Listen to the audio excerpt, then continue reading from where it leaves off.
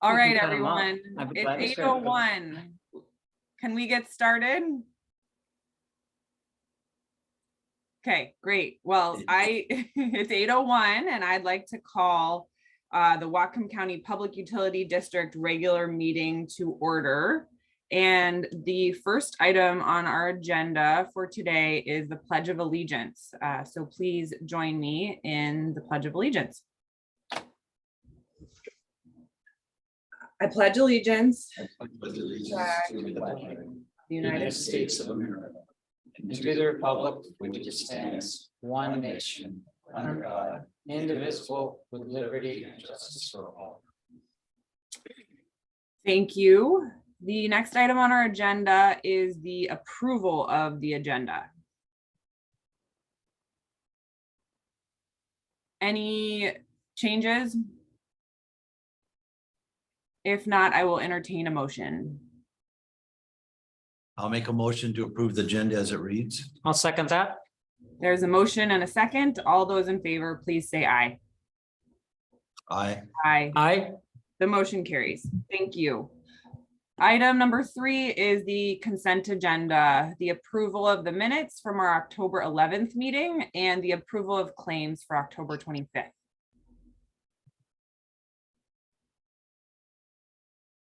I did not notice any concerns. I can make a motion if you wish. I'll make it. I'll go ahead and make it. I'll make the motion to approve the consent agenda as it reads. I'll second that.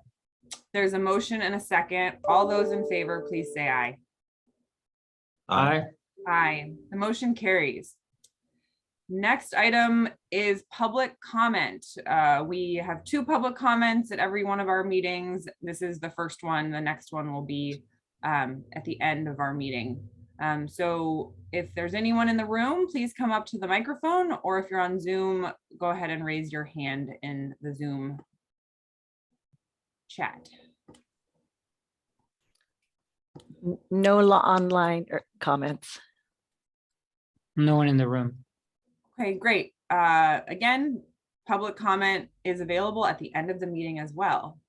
So we are moving on to our next item, which is a discussion or presentation from Whatcom County Council member Kaylee Galloway, who I believe is joining us here on Zoom. Welcome, Kaylee. Awesome. Thank you, Commissioner Grant and fellow commissioners. Thank you so much for your time today. I really appreciate the opportunity to come and provide an update of what we've been working on at the county level. Again, my name is Kaylee Galloway. I'm a Whatcom County Council member and just wanted this opportunity to thank you all for the work you've done on broadband and let you know that the county is wholly interested in being an active partner in the collaboration that is broadband in our community. I also want to thank your staff, Chris and Andrew, for all the support work that you've provided us and me getting up to speed on all things broadband. So that being said, I wanted to give you all an update around kind of a series of policy and budget ideas that the county has been considering as we work to define our role in the broader discussion. So there's been a lot of conversations around Dig Once and some of the affiliated policies. And so I just wanted to kind of give you an overview of where we're at with that. So first, the county sees ourselves as more of a facilitator in this conversation. And so we really want to defer to the port and the PUD in those areas that you all hold expertise. And so when we looked inward at some of the jurisdictional authorities that we have as a county, we were looking at things like notification systems for permitting processes through development or through construction projects and other public work, and how we can continue to work with the utilities and contractors and developers through the county process to ensure that folks know when trenches are open, when there might be opportunity to install conduit or fiber in these new developments. And so there's been conversation around building upon our existing notification system to include one that would notify utilities of opportunities to install. The other big area that the county has historically participated in is funding. And as many of you all know, we've appropriated $2.75 million out of EDI funds over the last couple years, and we're set to allocate up to $4 million additional ARPA dollars for broadband purposes. And of course, I know there's a continued appetite for the county to continue to be a funding partner in this work. I think some of the conversations that we've started to have is how do we spend those $4 million in ways that deploy broadband quickly and publicly accessible to folks. And so there's been a lot of conversations around our current models and future potential models, and of course, how the PUD might be able to leverage some of those funds. The other items that we've identified is when those planned developments or construction projects, road construction projects are happening, similar to the state and other jurisdictions, I believe it is ideal to install conduit at the point where the trenches are open, right? The concept of dig once. However, there's a couple missing puzzle pieces in this equation. And so I wanted to bring in the PUD to see what your thoughts were and if there was any opportunity to consider what role you all might play in this broader conversation. So first is we've noted that it's important to be strategic about where we install the conduit. And so it might not make sense for a 50-foot project in the middle of nowhere, but it might make sense on a project that connects up to existing development or an existing project. And so part of this is how we identify our broadband priority areas. And I believe that is includes a lot of GIS mapping and data gathering, overlaying existing data with new data and thinking about it in new ways. And so one area of opportunity for us to collaborate with you all is through this GIS mapping tool kit and making sure that we are fully understanding of where those priority areas are. The other component of Dig Once that's really important is who owns, maintains, and manages the infrastructure once it's built. So for example, in a scenario where a developer comes in and wants to build a 25 unit, either development of single family homes or apartment complex or whatever it be, and we have that developer as a condition of their permit install conduit, the question becomes then who owns the conduit and who manages and maintains it. Management could look like keeping it open access and working with different utility providers and ISPs to lease that conduit space and the like. Of course, we hope that this public conduit could be in addition to private ISPs who may determine that it's feasible at that time for them to install conduit as well. So that might be another area of opportunity for us to collaborate with the PUD if there's interest in taking on, perhaps through a transfer type or interlocal type agreement, taking on that infrastructure to be able to deploy public broadband or at the very minimum open access with other ISPs.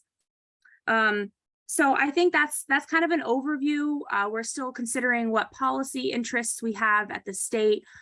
We are continuing to work on our legislative agenda that includes advocating for capital funds. I will be pushing to include open access in our legislative agenda. And we are also, join the PUD in contacting the state broadband office to advocate for open access and digital equity and just making sure that's being supported. We're also looking at ways to support regional collaboration and make sure we're learning from our partners and making sure that we're, strengthening our advocacy efforts. So I also don't know how much time I had on the agenda, so I think I'll wrap up there. If anybody has any questions, I'm happy to try to answer them. We have you on the agenda for 15 minutes, Kaylee, so we've got plenty of time to discuss. Thank you. Commissioners, do you, Kaylee and I have had quite a few conversations about Dig Once with Chris. Chris, do you want to maybe recap some of that too, just to make sure that all three of us commissioners are up to speed on your discussions too with Kaylee? Sure. The essence of Dig Once is that there's a moratorium put on the street cap, so you can't cut it for a certain period after the open period, whether it's because you're putting in new road and you want to make sure it's not cut, or because you're resurfacing an existing road or widening it or doing some other kind of project. And in the hundreds of jurisdictions that I've worked literally where they have that type of moratorium, it really does help the public works people. It helps the travelers on the roads because your roads end up in much better condition.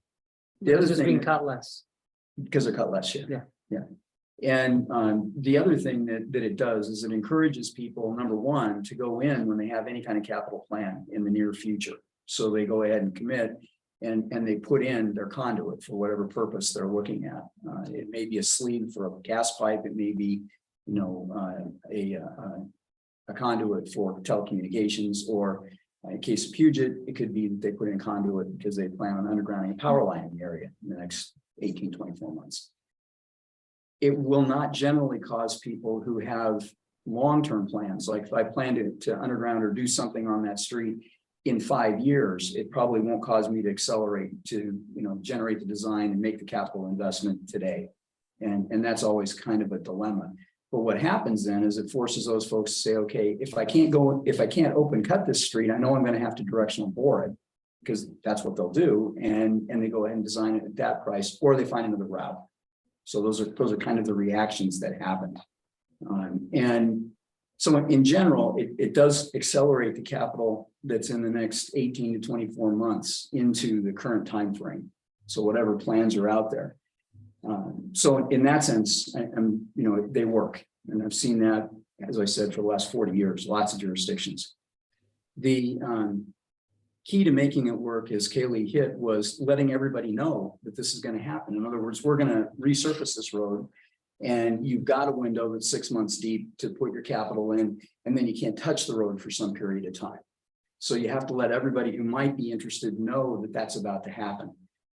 The notifications that the Public Works Department, the folks that actually control the road, normally give are to contractors and to landowners that are adjacent to the project. And this notification that Kaylee's talking about is much wider than that.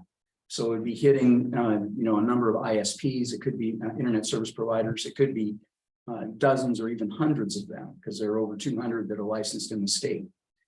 It could be notifying all of the adjacent utilities, both wet and dry.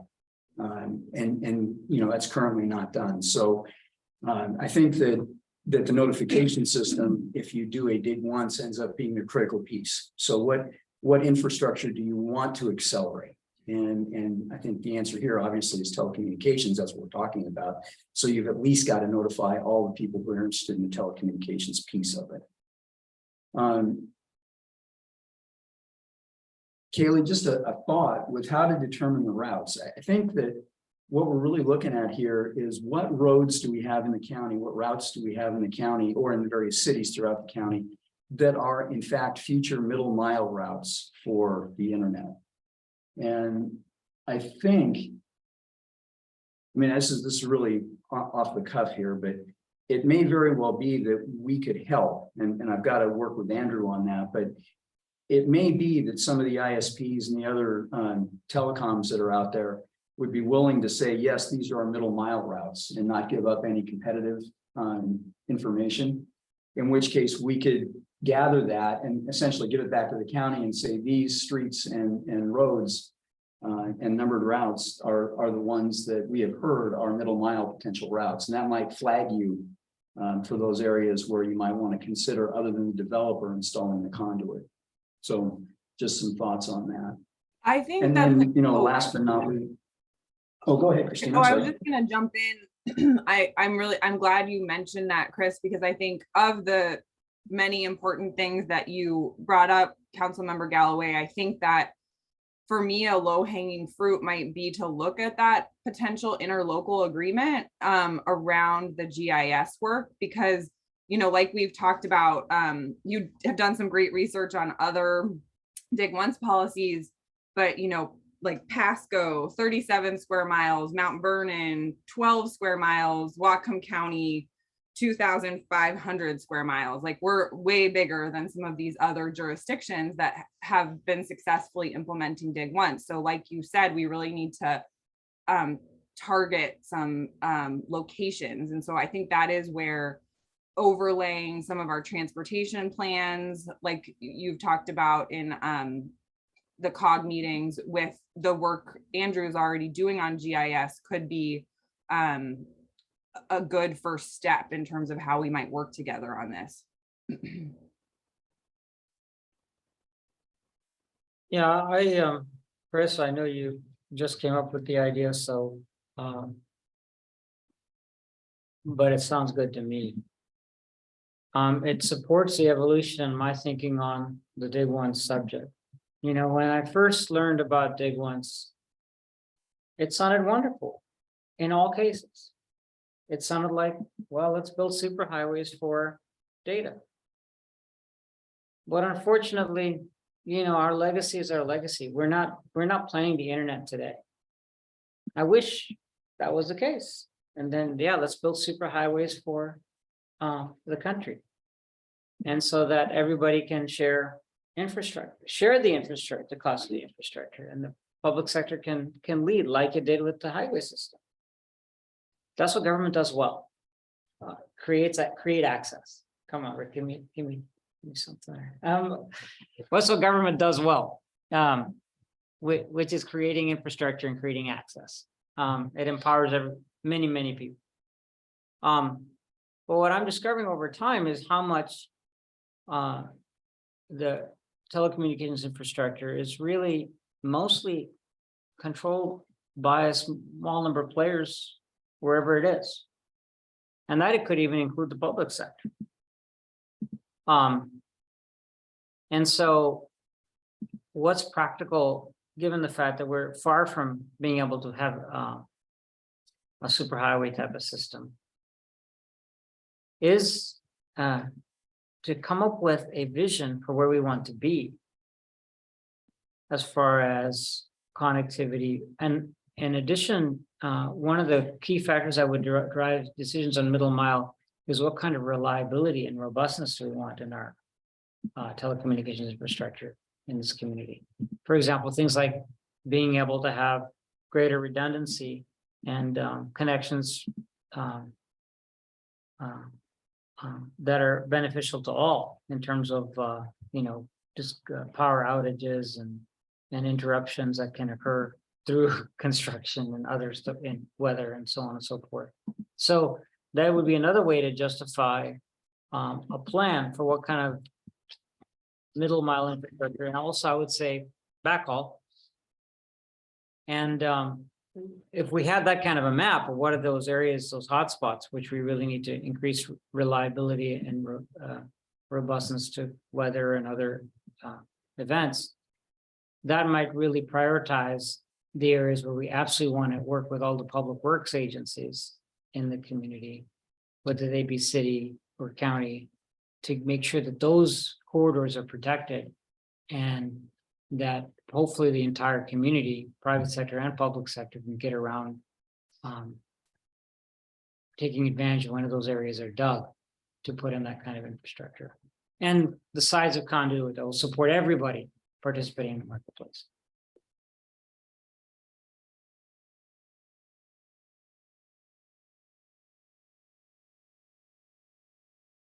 So I think what I'm hearing from my commission and from the county council is desire for us to take a look at what it would take in terms of our GIS to help figure out these middle mile maps and get that over to the county so they could use it as part of their notification and planning. So that's the one thing. The second is look at drafting an ILA so that we can, you know, better utilize our GIS capacity. That's a fancy way for saying Andrew Enterkin.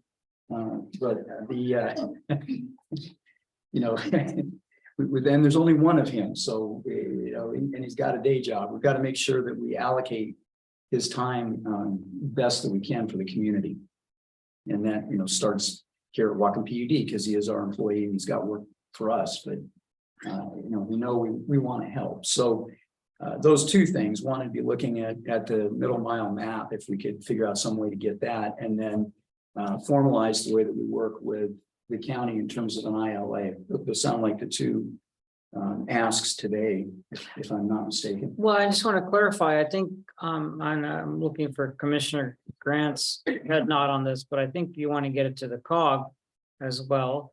And we want municipalities engaged as well, to the degree that they, I mean, I could see definitely Bellingham and Ferndale being places where that would come. Commissioner, I don't disagree with you. Yeah, okay. But what I want to do is, if we can get the ISPs and the telecoms, which are different, if we can get them to say, yes, we want these routes, You know, that they probably won't care who we share that with, because we'll tell them it's going to be public. Mhm. And so at that point, we can share with all municipalities, the county, everything. The key is going to be to get the information surfaced in the first place. Mhm. And if we can't do that, it doesn't matter who we share with, we've got nothing to share. So I think that's where we ought to put our effort. Yeah, I'm curious how complicated that task is. I have no idea how it would be done, so I'm curious how complicated that task is. That we know of 5 or 6 ISPs that are either here or want to be here. And, you know, to the extent that they've looked at our topography and they've mapped out where they want their loops, they would be able to tell us, you know, long haul or middle mile. And frankly, we wouldn't want them to differentiate between long haul and middle mile. We would just want to know what roads are they interested in being on. And, you know, not for last mile, but, you know, for more of the major type of work. Because in theory, if you're looking at last mile, you're looking at every inch of road in the county. And that's Has this not- idea been discussed before? I mean, are you Councilmember Galloway or Grant or anyone? Mike, are you guys familiar with this idea being discussed before? Is it the first time we're discussing it? If you're asking me, it's been discussed over the years off and on, but I'm not aware of any action or anybody coming together to make a decision on it. Just discussion. And I won't claim that I'm so original that this is the first time it's ever been thought out. There's a lot of people who are smarter than me that have looked at this for a long time. Guys, as I think about this, I'm wondering, what is the ILA? Is it?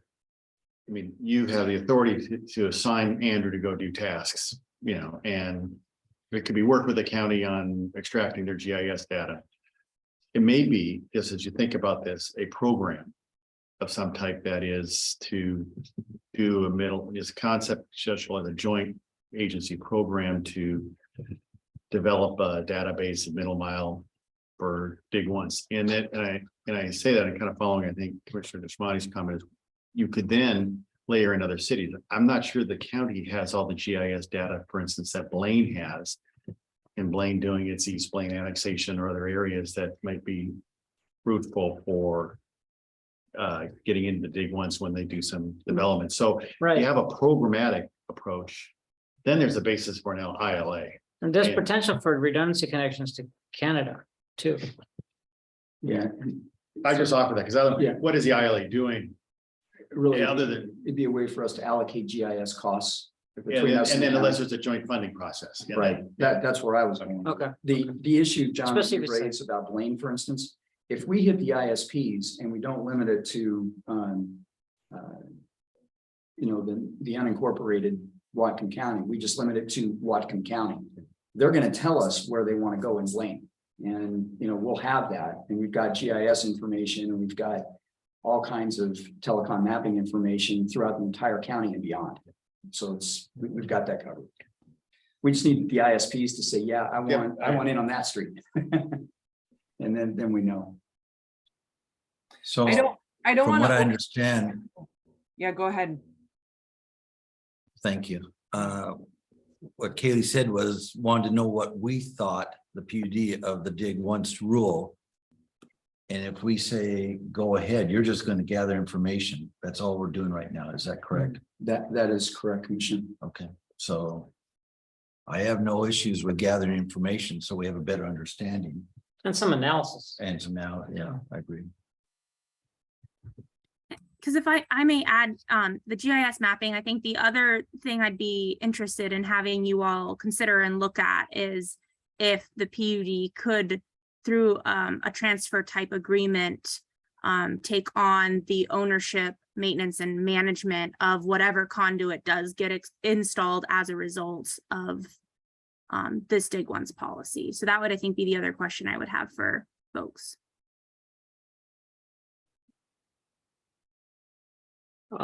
Yeah, Wow, that's a big question. right, that's a big, but I'll just say my bent, it really depends on how much it's, let's just say a private sector ISP has a very clear and present need for infrastructure that doesn't support redundancy for the community. Then So- that'd be maybe less of an important for the need a rule? PUD to own it. Yeah, if it's one of their Last- branches, yeah. Even though it's a lot of data and we would consider it mid-mile, it's kind of, it's like a, I'm gonna go into railroad language, it's like a switch. Switches can be really long and high volume, like the switch that goes out to March's Point It's a spur. in Skagit County, yeah. I mean, there's a lot of volume on that spur, but it's all refinery business. Mhm. So, by analogy, if something that's providing redundancy to Canada, I know that ISPs, particularly Wave, is really interested in the Blaine market. Mhm. They've said that repeatedly. So, but that would also serve a redundancy need for the county. And in that case, I would very much want the PUD to be holding at least a conduit and having capacity to put fiber through it of our own, if it was required. So I think it would depend on the kind of and to me, one other reason I like what Chris is talking about is because this would give us an opportunity to start actually taking actions in the context of Dig Once without having it all figured out. You know, this would allow us to start exploring what are the issues with it, and how to figure out who owns conduit, who owns strands, that kind of thing. So I think a ubiquitous PUD owning the conduit may not be the right plan.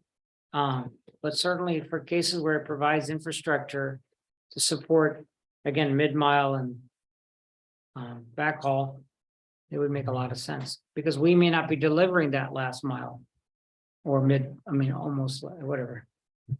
Spur. Same spur. Spur mile. Yeah. Yeah, I think the distinguishing factor with middle mile and long haul in the internet is that they're almost exclusively part of one or more loops when they're in that. So, I mean, they're really looking at redundancy on mid mile and redundancy on long haul, but not so much on final mile stuff. So, Yeah. although some of those, they look for redundancy as well, but that doesn't necessarily. Well, have to like, be a loop. again, going back to the Terry point or March's point analogy, yeah, you want redundancy on that too, actually, because it's extremely important in end users. So, Kaylee, oh, go ahead. I'm sorry, Christine, No, you please talked don't. first. I've cut you No. off twice. Please go ahead, Commissioner Murphy. I can go next. Okay, thank you. Kaylee, do you think the county would fund the, if the PUD would step forward to maintain, would the county come through with the funds? Because we do not have that kind of funds to maintain something of that magnitude. That would certainly be a part of the proposal I would put forward. So I obviously can't say if that's what would, pass, but I think that's why I'm looking to have these conversations now because we're sitting on $4 million right now of ARPA funds. And so if there's anything that we need to be thinking about in the sort of implementation of this Dig Once broader package of policies, that we have some money to back it. So I think that's the kind of thing it would be helpful to know what the PUD would see as needed funds to support that. I think Commissioner Deshmani, to your point about the ubiquitous ownership, I think where I am struggling is if the county doesn't have the technical capabilities or the capacities to own whatever infrastructure gets installed as a part of the public process, then we either don't install it, which sort of lessens the effect of Dig Once, or it just exists in the ground and it's a kind of a liability that nobody's taking ownership on until somebody pulls through, and then who owns it, right? Is it the ISP that pulls through first? Yeah, now we're just referring to it as a dedicated. Yeah. Yeah. I think after hearing from our GM on this issue, I think the number of cases where there's a request from the private sector for Dig Once, and it is of little or no interest to the public sector, will be small. Most cases, there will be it'll be of interest to the public sector because it will be of a mid-mile or long haul nature. But I'm saying that the only time that I would say that, there'd be no interest in conduit would be if there's no interest to the public sector. And so you don't want the public sector owning things that they're not using. Right, so. And I think that's why this GIS is so important, because if the asset is not an asset, then let's not install Right. it. And so we'd only want to be installing in places that are advantageous. And that's why I sort of differentiate the development side of it, right? Because if we're coordinating in development, we know there's something being developed there, whether it's residential, commercial, industrial. There's more than likely going to be a need for some sort of telecommunication. With the road construction projects, I think that's where it gets a little bit more difficult to assess, where a particular road construction project may or may not align with population or existing projects or things like that. So yeah, like I said, I mean, my hope is that we could be strategic, that we're not just laying a bunch of conduit in a bunch of places that never connect up, that never provide service to the community. So it's more just a matter of figuring out if the county doesn't have the technical capabilities to do some of this work, is that something the PUD could consider stepping up and taking on that role? Yeah, okay, I understand you. But I also want to bring up something that I want to make sure I'm clear about too. I am not at all opposed to taking advantage of an exercise to identify opportunities by the ISPs to build infrastructure where we can make it easier for them to serve their own customers, which we have nothing to do with, because that's still a win for the county. If we can improve the efficiency of the ISPs delivering their own customers where we have no role in it, I'm still supportive of that, because they'll serve their own customers. It's no skin off our back, as you know, as long as the costs of the installation they're carrying it, and their design installations on them. Why not help them work better with local government? That would be a win too, in my opinion. So I just want to make clear that, well, let's take advantage of the opportunity to help the ISPs as well. Via the notification system that. Yeah, via the notification process, yeah. Well, so just to put a pin in this, it sounds like next step that we're all kind of converging on is to look into interlocal agreement between the county and the PUD, so that Andrew can help support the county in doing some GIS analysis to identify areas where there would be where we would get a lot of return on investment in terms of the asset that Councilmember Galloway was just talking about. And then perhaps we can have you back at a future meeting to discuss next steps in terms of for another, kind of developing role for the PUD in this space, but maybe get our teams working together initially on this GIS work. Can I get some head nods from my fellow commissioners if I'm summarizing this conversation accurately? I think I'm seeing head nods.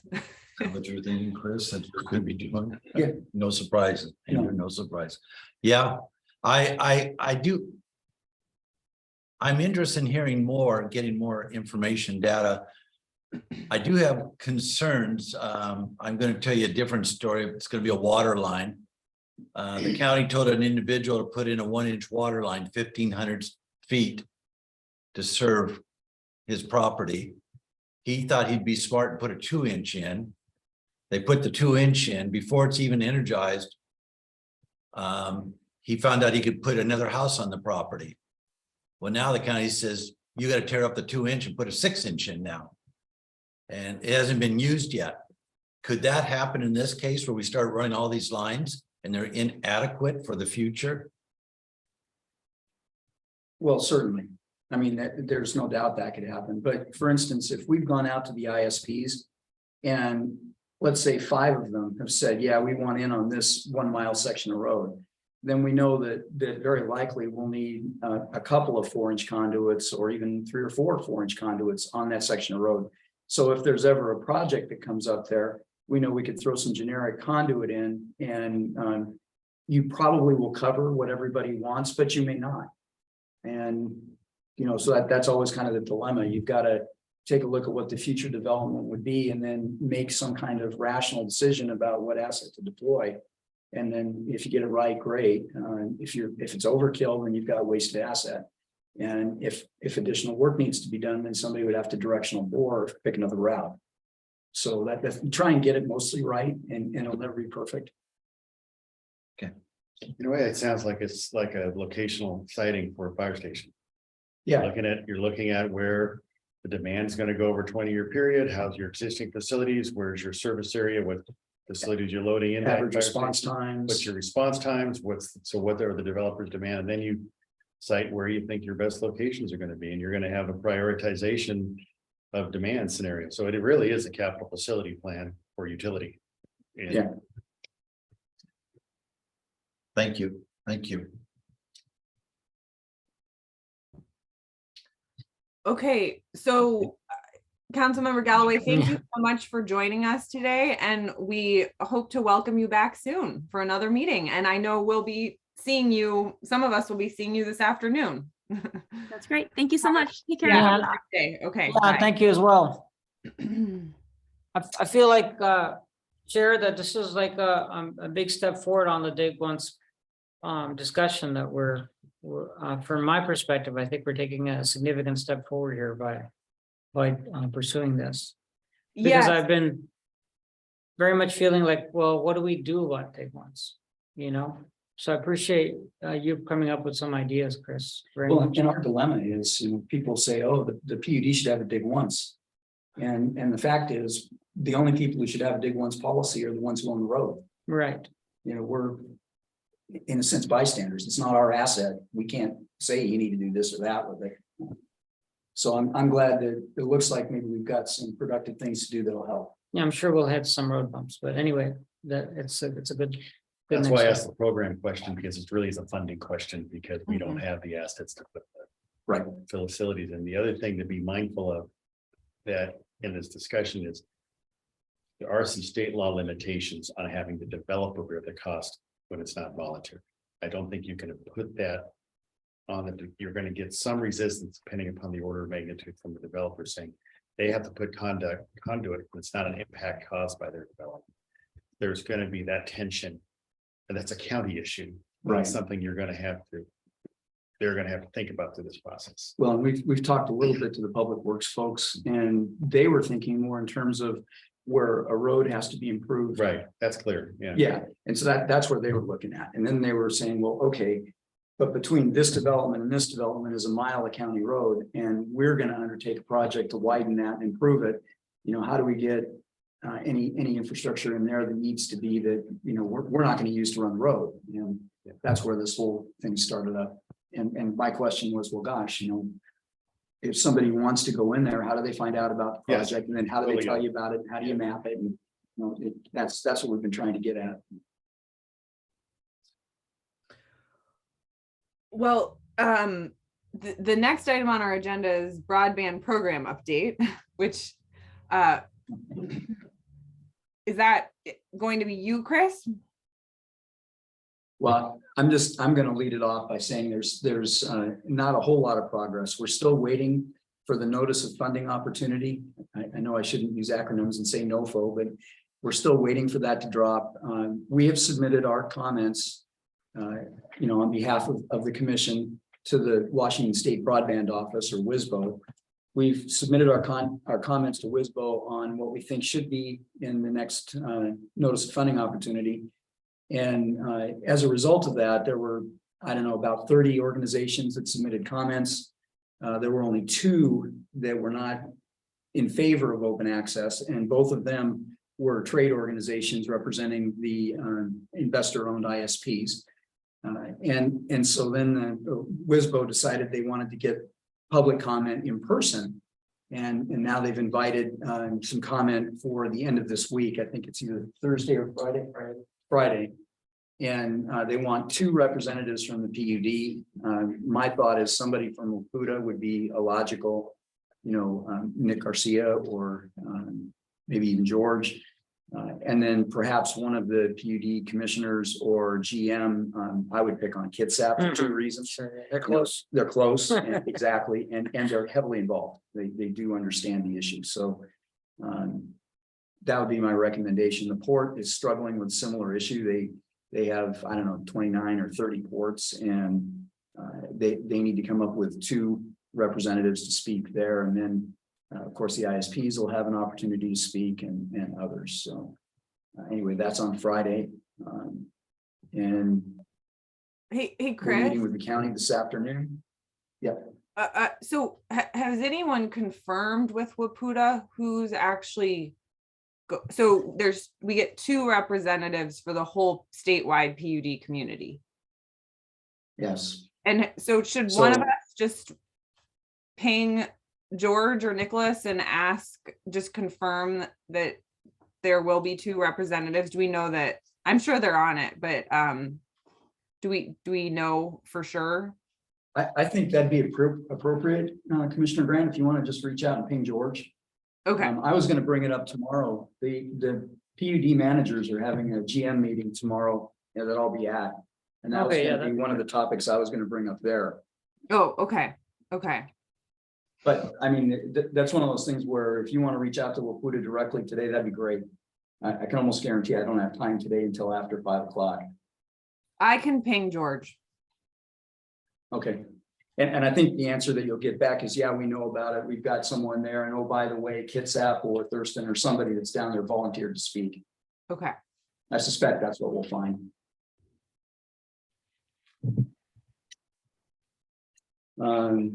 So with that, Andrew, did I miss anything major? Oh, we're meeting with the county this afternoon to talk about broadband, just kind of let them know where we are and how we're working with the port and In a committee meeting or the? committee of the whole, yeah. Did I miss anything? Just kind of Uh, Yeah, so as a reminder, the federal government decided that census block data for broadband projects was not granular enough. Because in a census block, you could have one customer fully served at gig service and the entire census block would light up and say, yeah, we've got this service. And there could be hundreds of customers or thousands of customers in that census block who were underserved or unserved. So they decided to go to the structure level with the data. And they've got a pretty good database. It's from the US Postal Service, I believe. And, the mail pretty much gets to every address. So the idea was that we would look at the fabric data and then compare that. This granular by structure data is called the fabric data. So we'd look at the fabric data compared to our own county database and see if there were any missing addresses. The rumor was that there were entire communities that were left off. And if this is used as a basis for funding allocation, that would be a matter of concern. And if it's used to justify future projects, that'd be a matter of concern. So anyway, Andrew got access to the fabric data. I think Andrew was the first person in the state to get that. Maybe in the western states. I mean, so anyway, he got it. And sure enough, there were all kinds of issues with the data when you look at it up front, but it turned out that a lot of it was formatting issues that, the county address and the mailing address were different, but they were both attached to the same physical structure. So that turned out to be okay. And then clearly where the county data and the Postal Service data coincided, that's okay. Turns out that in our fabric here for this county, we have a very low error rate, and we might want to put in a protest just to clean up the 50 or 100 data points, but it's pretty good data as it turned out. The concern we've got is that, yeah, okay, Whatcom County has done that. We've gone and verified the fabric data. How many other counties in Washington state have not? And so part of it has been an ask back to the port. Part of it is we're not sure who to talk to. If King County, for instance, or Snohomish County or Pierce County One of the big ones is missing 100,000 data points, and that's how dollars are allocated in future federal funding. That could be a big deal. We don't even know who to talk to in King County. The other hand, King County's got a whole IT department. They're probably all over this, but we don't know that. So anyway, that's where we're okay on the fabric data, and we're gonna have them, if we put in a protest, it'll be that, hey, we've got a little bit of data to clean up, and that'll be it for us. Anything else on broadband? Okay. We're good on broadband. Short report this time. So I enjoyed the session yesterday. The preliminary overview of study to look at retail options. And I guess more than retail options, they discussed retail, presented on retail options as well as wholesale, but dark fiber options. So I look forward to, that's going to come to the commission Yes, too, right? yes. Yeah, as soon as the report itself is in good shape, we'll bring that back to our full commission. We'll We're have thinking Pep of report. November or December It's close enough. We might be able to do the first November meeting. or, okay, I mean, the report itself is almost done. okay. And we'll have a chance to read the report will be complete before the presentation, yes? Yes, my goal would be to get the report in your hands. I'm hopeful a week before the meeting, so that you've got some time to read it and digest it. Okay. And you've got questions. Also, whenever you get the report, if you've got questions, just reach out directly to me and Andrew, and we can help. I'm not saying don't ask in public. What I'm saying is, get as much information as you can before the public meeting, Mhm, so that you're prepped for it. mhm, mhm. And is this gonna be kind of a draft report, and then they're gonna get feedback from the commission and then update it? Or is the report, they're gonna get it to us, in the next week or so, and then give the presentation? Well, I don't think it would be fair to give you guys a final report without the opportunity to change it. So, Okay. that's a good point. We should just shoot it out as draft. And if you like it, then we just take the watermark off. If you don't, then we go back and edit. And the port will have the same reaction, I'm sure. Their commission will have the same opportunity, and I assume they'll get it in November too then. I would expect we get it out at pretty much the same time, but Mhm. I'm not going to speak for the port. Yeah, I mean, I'm going to get it to you guys as quick as I can, and I know the port's interested in that. Their agendas look different than ours. mhm, sure, yeah. Yeah, they do their agendas differently. Let's make sure that the draft report is included in our agenda packet, so that members of the public that are joining have the opportunity to read it beforehand, so that they're not in the dark about what we're talking about during the meeting. I think that maybe what we ought to do is that, and hang a copy of it out on our website, make sure that people know it's a draft and it's there. I mean, there's some other things we can do, but I think that would be a low cost. It currently 58 pages. Yeah, not including the exhibits, yeah. Yeah, and then the exhibits go on probably for another 50 pages, lots of maps, and as you can imagine, there's somebody that's a wizard with GIS that's gone crazy on some of this stuff. So there's lots of attachments, and they're very informative. I think whether it's part of the packet or linked on our website, where I think just as long as folks have the opportunity to look at it. Thanks.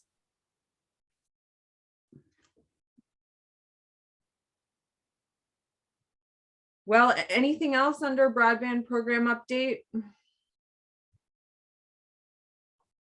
Nothing for me. Okay. Good luck with the presentation to the county council, Andrew and Chris. I will be there watching. Thank you. Okay, so are we good to move on? Sounds like it. So next Yeah. item under our agenda is the Cherry Point development study. Does anyone have any? So the only updates? progress. Yeah. Oh, I can report a little bit of progress. Don has set up a meeting with the Heartland Company, and apparently they have been contracted with us in the past to do some of these studies, and John's nodding his head, and he's recognizing it. They want to talk to me next Monday, 1 to 2. And after listening to 3 commissioners, let me kind of summarize where I think we are on this. From the PUD's position, number one, this has been studied before, perhaps studied to death. And until there's an actual commitment by the county to zone a certain way, and here's how you're going to build the roads, and here's what you're going to permit. There's just not a lot. We as a utility will simply say, look, whatever you put in there, we're ready to determine what it takes to serve it. And that depends on what you put in there. So you got to do that. Second thing, I cannot draw a nexus between paying for this study and a benefit that our existing customers would get, either water or electric. I'm having a hard time saying, oh yeah, this company's business will operate better, because I'm just not seeing it. So I would not recommend that we invest any additional dollars in a study like this. We'd be very supportive. We could help with data. We could help be on the committee to, write the RFP, evaluate the results, all that kind of stuff. But I'm not in a position to recommend any funding to this commission. And so I'm looking for your support in that, just so that I know. Because I guarantee the first thing that's I'm going to be asked on Monday is how much will the PUD kick in for this? And By who? By either Heartland or by the economic development, one or the other. I can't imagine why they would want me on this call other than to secure funding. Because beyond that, my answer is sure, we'll help. So about the $500,000 claim wasn't in the approval claims today. No, it it's wasn't. not. I didn't look at the details, so. No, I guarantee that. Like George Zimmer, I guarantee it. Yeah. Oh, gosh, I just dated myself, didn't I? Mhm. Sorry. I think Steve might recall Heartland was a consultant that the port had used, I think in looking at the marina opportunities at the ASB and at the Georgia Pacific site early on, and knowing what the future marketplaces might be. They're very forward thinking, looking at market opportunities. So I assume that's why Don is probably pushing Heartland to look at what the marketplace might be for, whether it's clean energy or what kind of parameters of what opportunities might be for users of the site. So was Heartland also involved with the, They're not Harcourt. no, I know. Okay. Was Heartland also involved with the ideas around creating a new fishery facility? Why am I forgetting the name of it? Well, actually, they are under contract with the Norwegian firm, I think it is, that's getting a hatchery, and they're looking at Hatchery, the, sorry, I don't know why I couldn't get the word. yeah, they're looking at the on land salmon. So it's, the tank raising of the salmon so that they never interact with native fish at all. So Heartland is working with them. And it may very well be on Monday that that's really what they want is, well, what kind of electric service, what kind of water service can PUD supply to this customer at this location? And it's like, okay, that we can respond to. I think okay, so in the last meeting, Don had a opportunity to present to the commission. And I enjoyed his presentation, but I challenged on some points. I asked on some points, and I didn't feel like the issues that I raised were resolved or addressed to my satisfaction. But at the same time, I'm really committed to Whatcom County changing its moving forward in a way that supports new business development, that supports our community. I'm very much in favor of that, and Cherry Point's a big part of that. So I'm not at all not committed to the goal that the county executive and Don Goldberg have. 100% committed to their goal. I'm just worried about worried that we may not be going about it the right way. And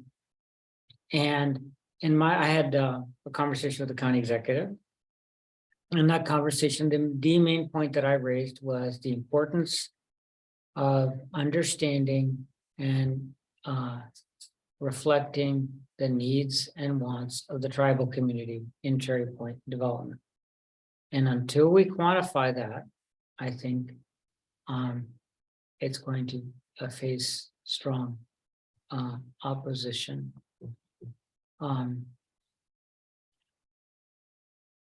I wouldn't say strong opposition, that's the right word. It's going to meander and not get realized, just like other projects have meandered and not realized. So it doesn't need strong opposition, it just needs a lack of support as it relates to permitting. So I think the question is still being begged, and hiring the Heartland Institute will just beg the question even harder, but it won't answer the question. So that's kind of where I'm at. I think we need to go back to the drawing board on this subject, and that first conversations need to include what the Lummi Nation thinks about Cherry Point development, and what finding and pushing hard, maybe even creating some opportunity for more political dialogue between commissioners and the Lummi Nation, so that we could figure out how, and actually same thing for board commissioners as well, and the Lummi Nation, to figure out what is economic development, a compromise, because there are definitely people who are part of the Lummi Nation feel like that no economic development is ideal, but there's others that feel differently. And so forcing that discussion has to happen. And until that discussion happens, any development in Cherry Point is going to be plans or proposals or studies are going to be just begging that question. So that's my opinion. I think the thing that we all have to realize here is that we are a water and power utility. We're not a land use zoning agency. And really that is the county's function. And, you know, to the extent that we can help this, it's to get the county talking to the right people, but the county's got to figure this out. They do. The other thing that I would point out is that in all my travels around the country and the work that I've done, development happens in one of two ways: in a planned way or in a piecemeal way. And, you know, we need to be ready if somebody comes up with a master plan to play ball. And if somebody comes up with a specific project and the thing develops in a piecemeal way, to play ball. And I just want to assure the commissioners that in both cases, we're ready. We'll play ball. So I support what the community wants to do out there. The community's got to figure it out, and then we'll serve it. I think the port, if I can offer, the port and the county are the right parties. Because yes, the county is a land use organization. The port is economic development, and they're really much more nimble and efficient and have the technical expertise to try to bring conceptual plans to the table that could be implemented for development. The county has no skill at that. And it's not in their wheelhouse. They're a planner, they're not an implementer. But they're also a permitter. And Yeah, I mean, that's they're the planner and problem. permitter, and yeah, but they're not the implementer of doing the development, and they don't.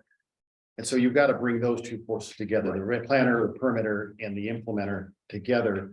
And there are tools in the toolbox, but you have to get people, those two entities working together. If Heartland is not just driving a project, but is looking at it longer, what's the market 20, 30 years for some goals that are in the comp plan, they might be able to identify what could be done and facilitate the master planning and the SEPA, advanced SEPA work and the EIS work and development agreements or zoning modifications. That would be good. I'll report back next time what I hear. Sorry on if I'm Monday. distracting. I think that's it for Cherry Point, Commissioner. Okay, great. So moving on to new business. First item is approval of resolution number 819, cancellation of warrant. Is that you, Annette?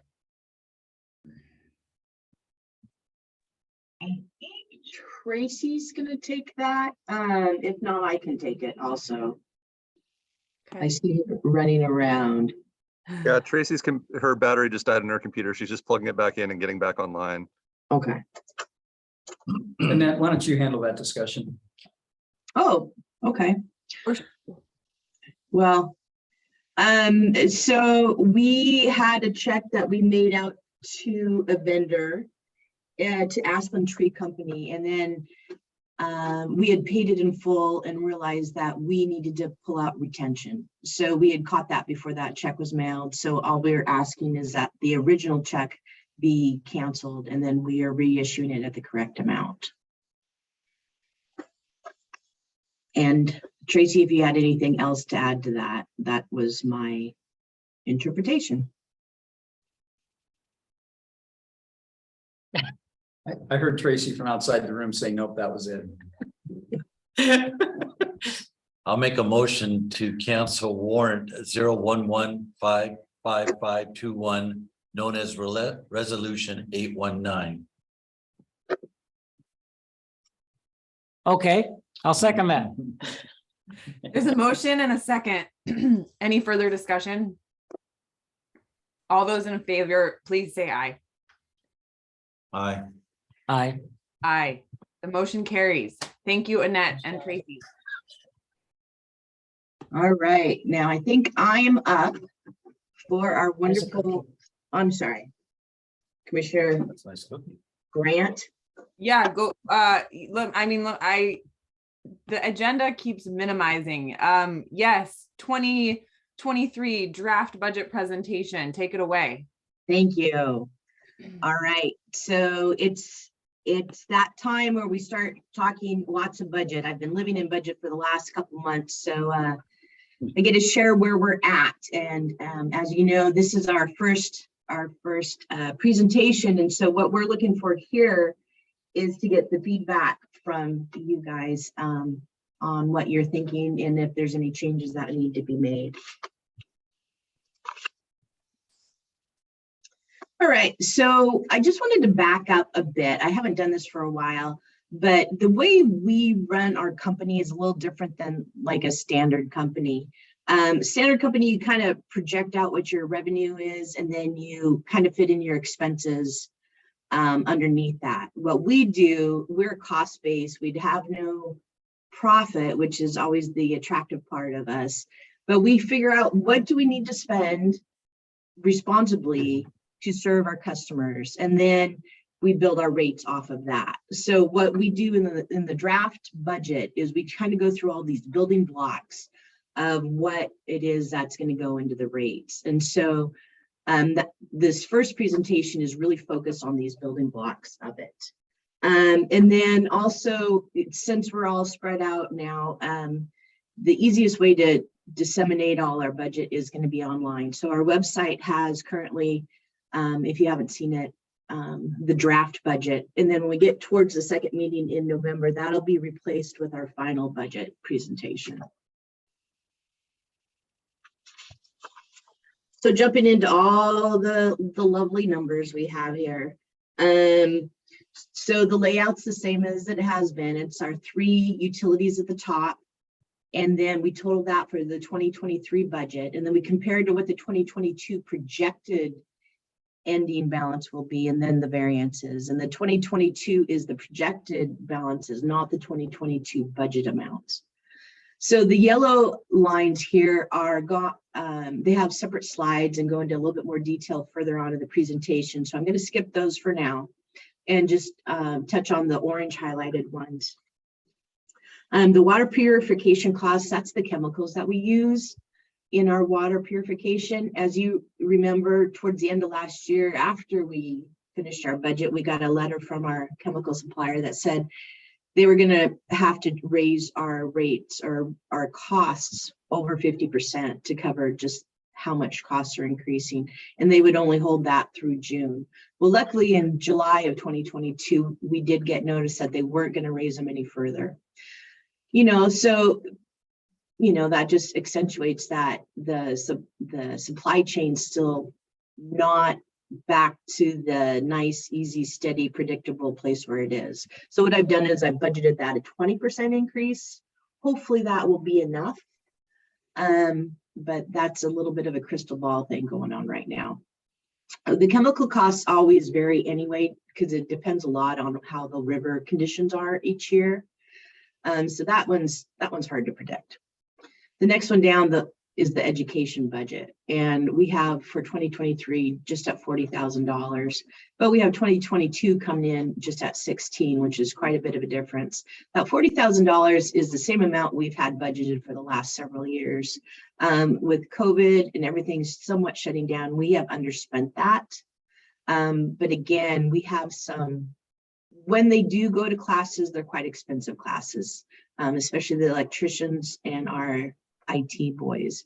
We are looking and bringing on a new automation technician. So I'm expecting there'll be some additional education there. So we've decided to keep it at that 40,000. And then the miscellaneous and election costs, as we all know, the election is currently happening. So in 2022, we'll get hit with that cost. And then because it's every other year, we shouldn't have any next year. And then down at the lower left, you'll see sections 2 through 5. On the different slides, I've tried to note what sections of the budget book go into a little bit more detail and relate to these slides. And so also what I'd like to do is on each slide, kind of pause at the end and see if there's any questions. A little easier than just waiting to the end of the presentation. So is there any questions on this? Nope. All right. So going a little bit more into our operating budget, just at the top left, the admin expenses, the two I have highlighted to just highlight is the office computer. That is computer equipment and computer services that don't hit the capitalization threshold of $5,000. So it's a lot of times it's the laptops, it's the desktops, it's the monitors, it's subscription services. And, you know, with the increase in cybersecurity and all sorts of things, those costs are going up. The next one down, the dues and subscriptions, that one did a jump, and we added an NRU subscription or dues, excuse me, of about $15,000, which accounts for that. Down below in the outside services, the accounting, that is going up. We have a FCS, or we hired FCS to do a rate study we're in the middle of. That's going to span over 2022 and 2023. So that'll finish up in the first half of 2023. So those costs are split. And then also in 2023, we're expecting to have our audit from the state auditor's office. And so that accounts for that increase there. And then down in engineering, that's not a big jump, but it is a big decrease from what we have had budgeted in the past. In the past, we've included amounts for engineering review over the levy when the city of Ferndale starts working on the levy. What we've done is we've moved those costs over in the Plant 1 rebuild because that's what it's going to really affect. So that's what's kept the engineering pretty close to what a level cost there. Then over on the right hand side, business projects. I know last year we had a little discussion on what the correct title of this. And so I came up with business projects. If we have a better term, that'd be great. But what this entails is projects that we have that I want to pull out of just regular expenses so we can keep track of, and we can also just see how much we're spending. And of course, as you can see, the big one's going to be our adjudication costs. That's the adjudication for all our water rights. And next year it's pretty significant. And then down at the bottom, those orange highlighted ones, that's just to indicate that those two are going to be funded from the Alcoa fund. So it won't come out of customer rates, the PUD impact study and the clean and renewable energy work. And then down at the bottom is the business services. And those are the grants right now that we're scheduled to work on next year. But of course, the grants are nice because if we don't do the work, we don't get the funding, we don't do the work. So they're pretty much a net zero, usually net zero cost on that. Any questions on that one? Yeah, I have questions about the accounting. Could you explain in more detail why 2023 is more than 2022? As far as budgeted amount? Sure, that's the, in 2023, we'll have a audit from the state auditor's office. And that's every 2-year audit. That's why it isn't reflected in 2022. It's only every other year that we have that. And then we also have the rate study with FCS going on. And so the costs for that rate study are going to be split between 2022 and 2023. Okay, and so what has this number been historically? The accounting, Yeah. it's been It's right every other about, year. I mean, It's excuse me? yeah, I'm just curious, like what it's been every other year high, and is that how it works then? With the Historical? with the audit, yes. And it's got, if you take the audit piece out of it, it typically is pretty flat. Last time we had the rate study was, I believe, in 2016, I think. And so, you know, of course, at that point, there would have been a jump there also. Okay. That's it. Okay. Personnel. All right. So this one is I'm gonna admit that we found, I did some tweaking between printing the budget book and this presentation. So these numbers are a little bit different than what you're going to see in your book. There was a CIP number that we needed to update that changed the COLA increases. So, and this also I wanted to explain down below, you can see we have 5 new positions, but at the top, I had 4 and then 1 coming in 2022. We have 2 positions that we're in the middle of trying to find people for, and 1 we actually have hopefully starting next week. So I moved that 1 back into the change in the 2022 headcount.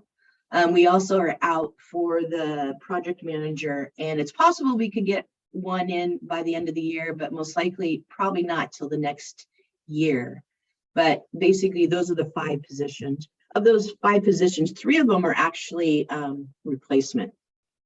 So the contract manager and the assistant general manager are potentially replacements of retirement employees retiring, and there would be some crossover and some training that we have budgeted into that. And then the project manager, as you know, Dwayne Holden has left, and Kurt has stepped up into his director of operations. And so we're looking right now for a project manager to replace Kurt. So the energy analyst and the automation technician are new FTEs that we're adding. And the automation technician is the one that we're expecting to start next week. Is there any other questions on that? Oh, I have one more thing. The commission, the Office of Financial Management every 5 years gives an update to what commissioners per diem and their monthly salaries are. And we are expecting an increase go into effect in July. So that has been included in the budget. But we don't know what that increase is going to be. So I budgeted 12% increase there, which is what it was the last time. Our COLA that is budgeted is just over 8%. And then we're recommending increasing the pension contribution. What we've decided to do is to match the PERS employer contribution, but we're going to take a couple of years to get up there. To be competitive in the employee market, we need to actually be competitive. And so being, I think, the only PUD that is not in PERS, we need to, in order to attract some of that utility knowledge, we need to up our game a little bit. Any more questions on this? Okay, so capital. Oh, this is a fun one. So capital budget, I have my 2022 projected year end, and then the next 5 years we're planning going out. And then a couple of them, as you can see, the yellow highlighted ones, just to touch on the RW 38, the plant one rebuild, that is, as we know, that's our big dollar. And it's really scary in this market to be doing that, but we've been pushing it out and it really needs to be done. The nice thing about this is that they've been able to phase it just a little bit. And so the first phase is building what's a utility corridor. And to explain it to the simple accounting, it's similar to the little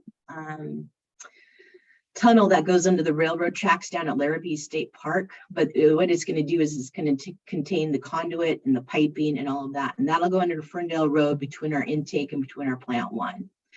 And so that's kind of our canary in the mine as to how big construction projects are going to go. And then after that, we will continue on with the whole plant one rebuild.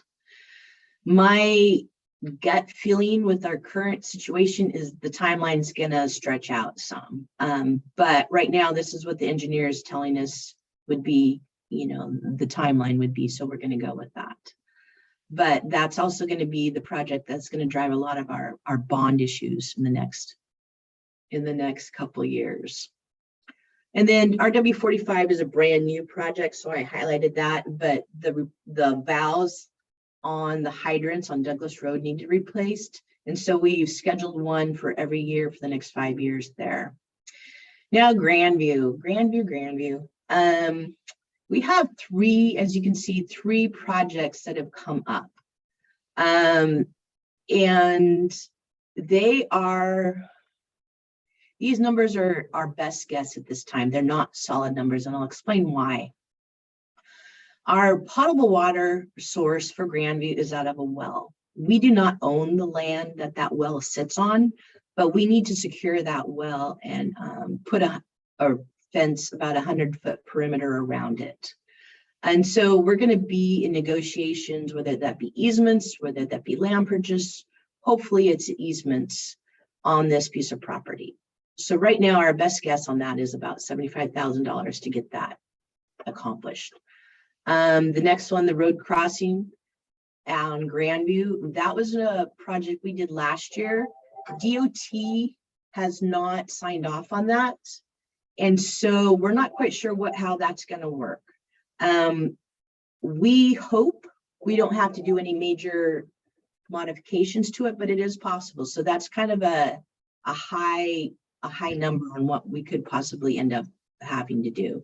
And then the last one, the line extension on Grandview, we have a LUD customer that is expressing interest in getting water, but they haven't really committed. So we don't know if this is going to go through or not. But at one point, we didn't think the line was right attached to his property. And so we were going to have to extend that line. So that one is also, so since these 3 are, the highly technical term is fuzzy numbers, what I've decided to do and what I'm proposing to do is that we do an interfund loan with the electric capital fund. And the reason is the electric has a healthy capital fund going right now. And so they can afford it. It won't affect electric rates. The increase in electric is due to operating, not to their capital. And what that is, since the interfund loan, it can be very flexible. So whether it's the 700,000 or if it ends up hopefully being less to like 250 or something, Grandview bottom line does not have an extra $700,000 in the reserves to cover these. So we do need to do something. The other option would be a bank loan. Interfund loan would be cheaper. Electric would earn higher percentage. I would have it stick it at a higher percentage than they're earning at the county. And then Grandview would be paying a lower percentage than if we went out for a bank loan. So that's my proposal for how to pay for these 3 projects here. And then the rest of them are pretty much business as usual. They're ongoing projects that we've been working on for a while. Is there any questions on this? Have we done this kind of an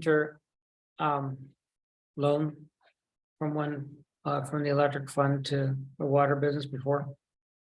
Yes, we currently have one between Grandview and the industrial water because of that big, the big intertie connection. Part of that was paid through by grants. And then part of it's an interfund loan between Grandview and the industrial system. Okay, thank you.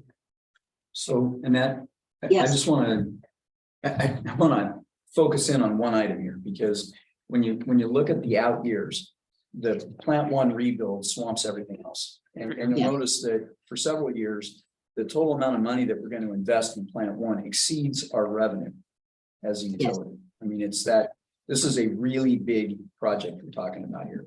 And the utilidor part of it, the idea there is, you know, it's a project that has to be done in order to facilitate the larger project. It has to be done in advance, and it will tell us whether or not our estimates of construction costs and engineering costs are in the ballpark. So we think we've got that nailed down post-COVID. We're not 100% sure. So if I could just urge you guys, that's one thing that we're going to be watching very, very closely, and you guys should too.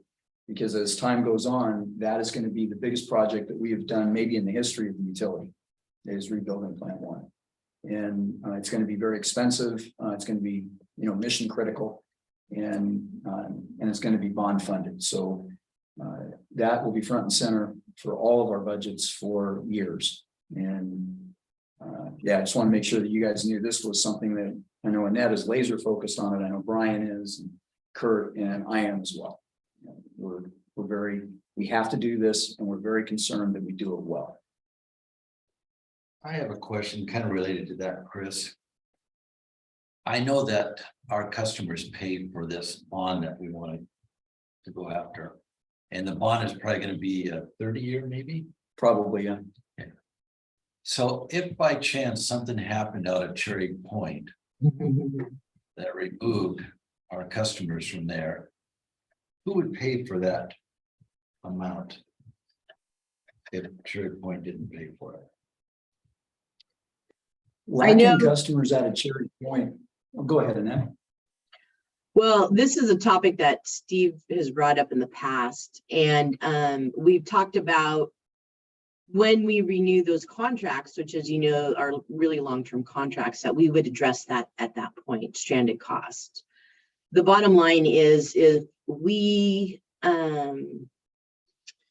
lose a significant portion of our business, the safety net that we have in our bond issuing is our debt, or excuse me, our taxing authority. So we do not tax, we have no revenue right now from tax, but that is a safety net that we do have.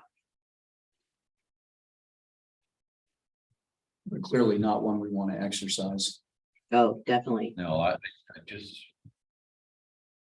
It's nice to put that out there, I believe, to let us all realize how much we support on Cherry Point, supporting this community so that we can do stuff like this that creates jobs or anything else and takes the burden off of taxpayers.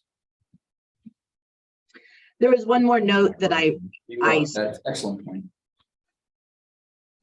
There was one more note I had missed, that on that plant one rebuild, we have included that levy engineering work that I alluded to earlier when we were looking at the engineering costs.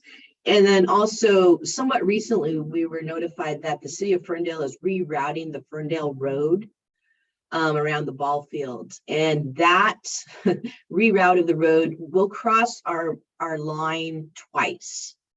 And so we have upped the cost of this plant one rebuild to address and to look at what we need to do when Ferndale crosses, you know, that's potential that we replace the line in those two sections, so we don't have to go back when we do want to upgrade that transmission line later, and we won't have to dig those roads up. But that is something that's also included in this project.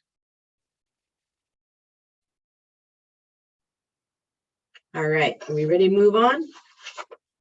I just had a quick question, or really a request. The I really appreciate the point you brought up, Commissioner Murphy, about our dependence on Cherry Point. And I would just love to have a further discussion about our long-term contracts and how we address those stranded costs in those contracts.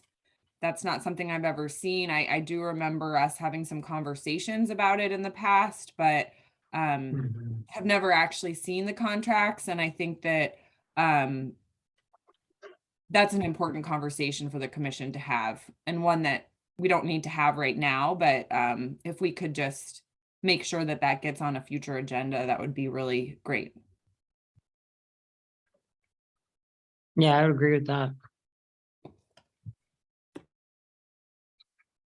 All right, so going on now to our extraordinary maintenance budget. These are typical, and how I define extraordinary maintenance are high dollar and sometimes like one-off type maintenance projects. And so I pull them out so we can kind of keep track of them and they won't swing the O&M quite as much. So we can see what's going on. The first one I have highlighted there is the transmission line vegetation management. Vegetation management, 10, 15 years ago was a really big thing, and we were spending a lot of money on it. And then we kind of got it down to just a real maintenance levels. And so then it dropped down to just regular O&M.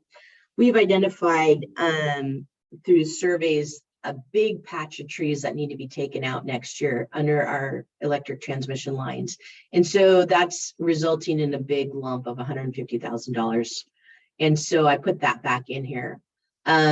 If most likely in the next following years, that will drop back down. As you can see, it's more flat. And then we'll drop that back down into the regular O&M, and it won't be a pull out single line item. And then the second one I have highlighted down there is the substation maintenance.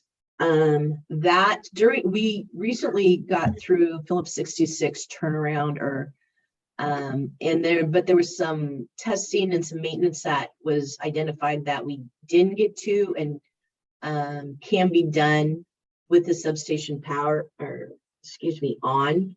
And so we have scheduled for the next 2 years some testing and some maintenance that need to be done on our refinery substation and our enterprise substation. And so that's what those two amounts are.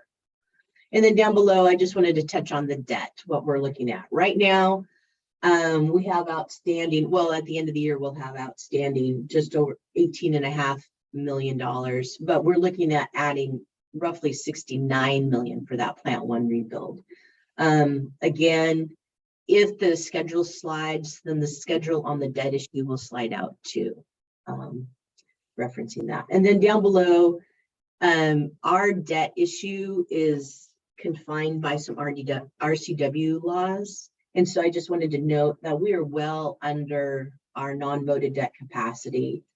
So legally, we have no problem issuing this debt at all. It's just the financial side of it, of whether we can meet the service on that, the debt service that's required of those debts.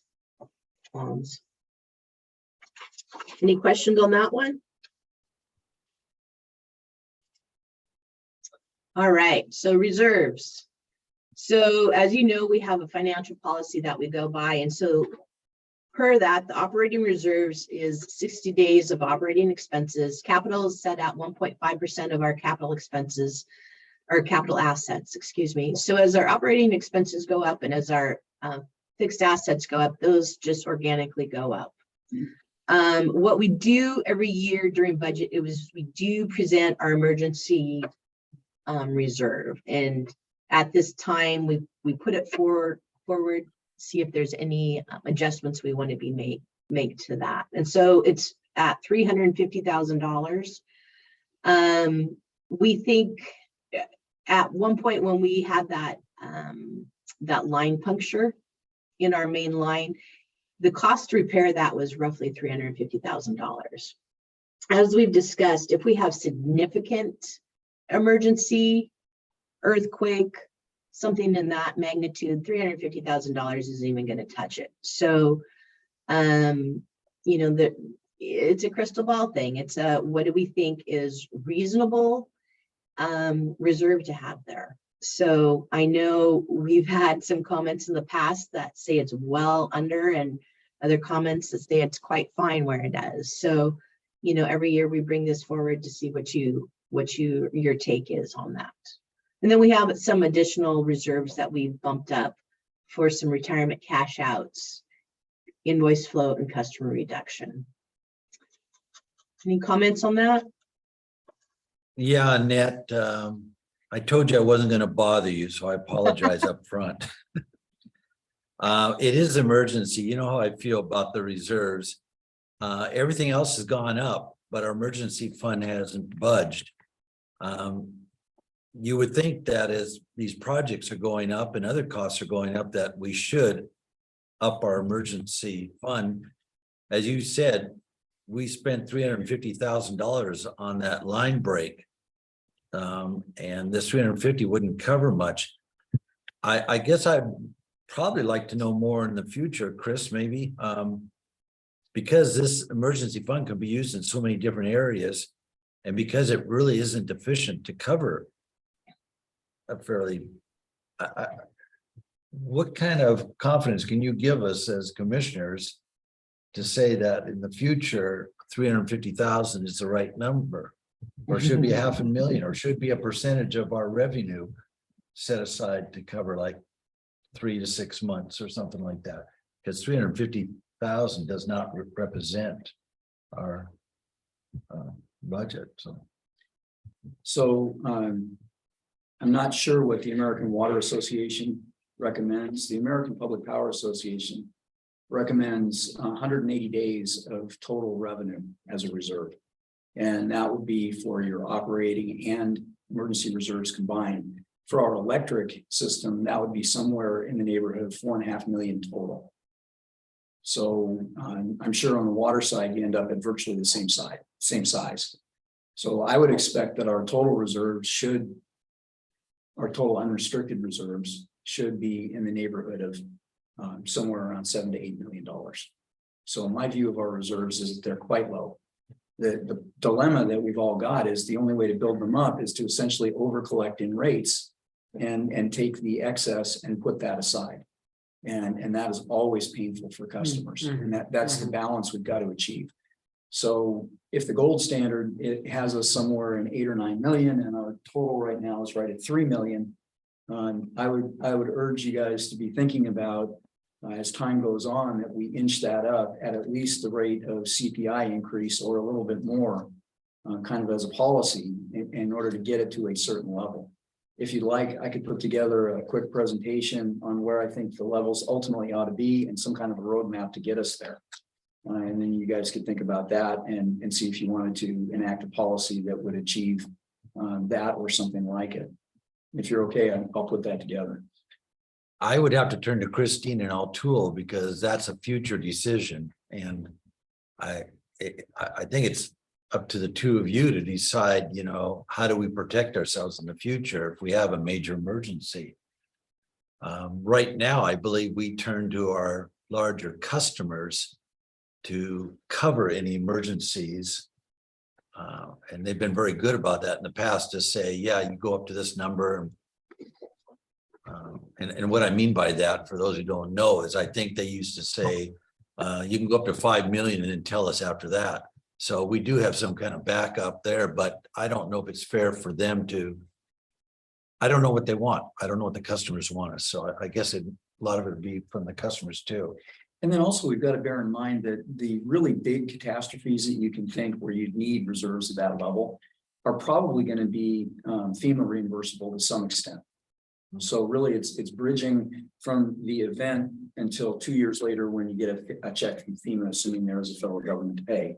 You know, that it's not that kind of catastrophe, but you know, how do you keep the water flowing, keep the lights on at the refinery in the interim until you get the cash flow back? So that's, I guess, you know, this isn't something we got to determine today or tomorrow. I could easily bring this back as one of the early presentations next year. And I know Commissioner Grant, Commissioner Deshmani, you're obviously thinking about it. So it would be appropriate for me to bring that back. It is a long-term problem.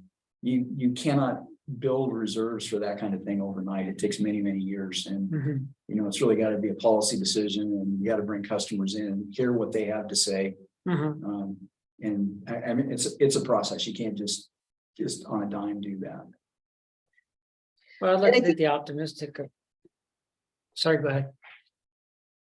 I was gonna say, you have to keep it in mind also, we do have insurance. If you have insurance coverage, then FEMA won't touch it. And if it's on transmission, then our insurance doesn't cover it. And then also we have bonding capability too. So if it takes roughly, you know, if we hurry it, about 1 to 2 months to issue bonds. So that is another backup we have. So it's not like we have to have, in all instances, a whole pile of money sitting in the bank. There are other avenues to pursue too. And we can establish lines of credit and other kinds of things that are more short-term in nature. But there's also an advantage to having a pile of cash sitting there. Oh, yeah.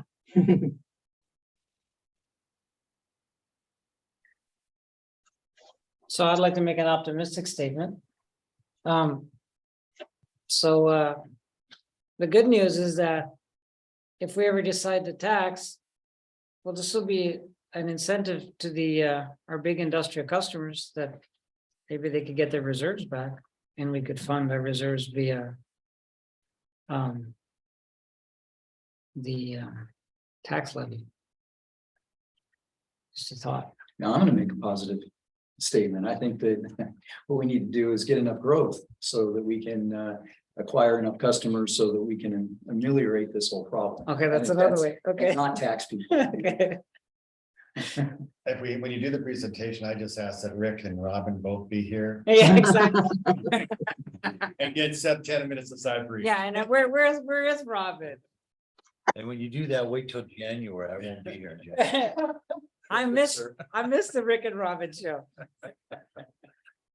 Well, we've got to make sure, I guess, Lauren. I don't think you've enjoyed that. You haven't had the opportunity. You've got to hear Yes, I this. have. You have heard the Rick Yes, and yes, Robin show. they're good. They're good. Yeah, that was great. It's great when you have customers who care about the business. Yeah. That's a good thing. It was wonderful. Have we spread enough joy on this? All right, so what I have added this year is what we have been, or what you have been talking about and passing with the strategic plan items. And so what I've done is a lot of these were listed out under the business projects.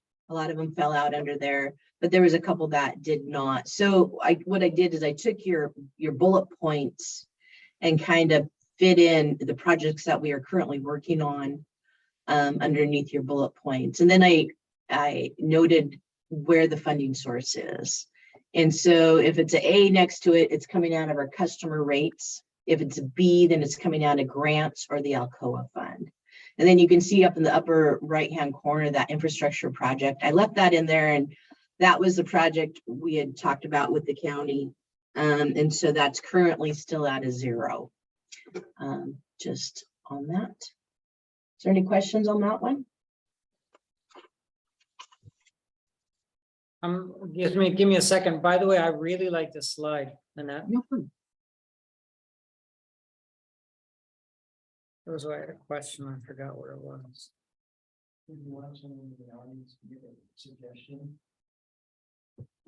So move the pictures of people on Zoom so that here in the room we can actually see the numbers on the right hand side. If they move them, they end up at the bottom, and then they block out the totals on the bottom. So it's kind of a question of what do you block on Zoom? Yeah, thank you, John. Thank you.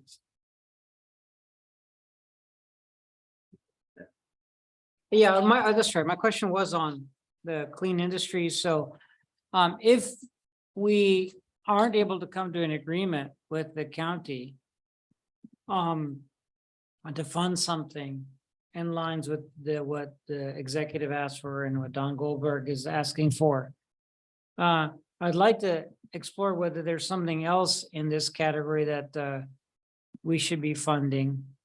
And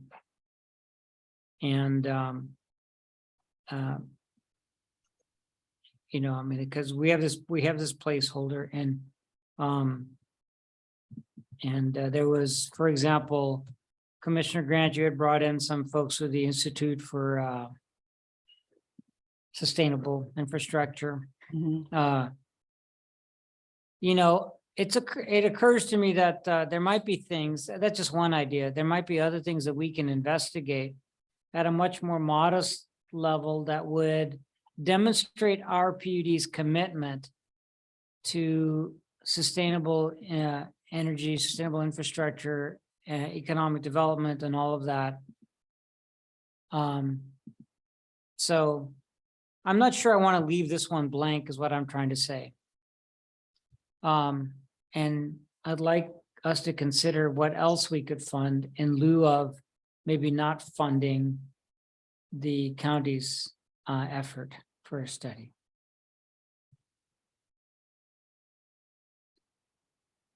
Well, I would just remind everyone that, as I said, there's two ways that progress can happen in an area. One is planned, the other is piecemeal.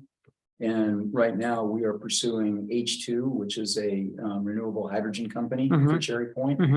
And I chased all after a bunch of fusion people, and I'll talk about that in the GM report. But there's, I think that there may be a target of opportunity in the next year or two that'll just drop in our lap. And, you know, that's kind of that piecemeal development part of it. So just bear in mind, we may have one of those opportunities where, you know, we're going to have to extend electric, we're going to have to extend water to serve one of these companies in Cherry Point if we're successful. Yeah, and I'm not taking that away at all. I'm excited about that. But at the same time, I'm wondering if it would make sense to explore some project in terms of feasibility, pre-feasibility, maybe that would create further security for or further understanding to the benefit of potential businesses like that. There might be something we can do to upfront some of the analysis but any clean, sustainable energy industry that wants to locate here would benefit from. So I'm just throwing it out there. I mean, we made it part of our strategic plan. It'd be good to show demonstrable, even if it's modest, investment in that area.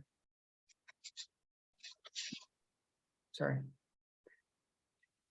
And I'd like to know, and we'll talk about it. We have a follow-up, Chris, that we haven't made happen, and it's partially my fault, but on the subject of clean and renewable energy, and we'll wait to talk further about that, but I'll have input on that item. But we need to meet one-on-one about that first. So thank you, Ann. All right, so my last slide here is the schedule of what we're doing for the budget in the upcoming. So next week on November 2nd, we have our 2 customer meetings with our industrial water and our Grandview customers. Those are both on Zoom. If any of the commissioners would like to attend, you are more than welcome. But again, as always, if more than one of you attend, then we need to do a lot of special meeting notices. So please let me know ahead of, as soon as possible. And then the second meeting in November will be our tweaked budget presentation. So what we'll do is we'll take feedback from you, feedback from our customer meetings, and make any adjustments to the budget that are needed, and then present it at that time. And then on the December 13th is when we'll present the resolutions for passage of the budget, the 2023 budget. Any questions on that? I'd like to ask if I'd like to attend the November 2nd meeting. I'd like to see if any of the other commissioners want to attend. Are you both of them you will attend? I could.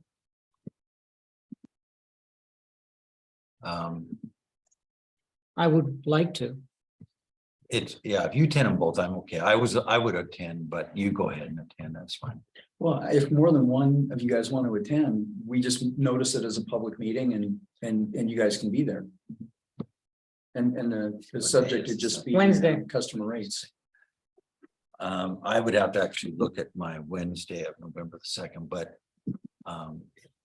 Altool is already committing himself and I don't know, so I would lean to letting Altool. Don't make it a public meeting, too Okay, much work. well, but if you change your mind, just let us Yeah. know. We need 24 hours minimum and we Okay. can notice it.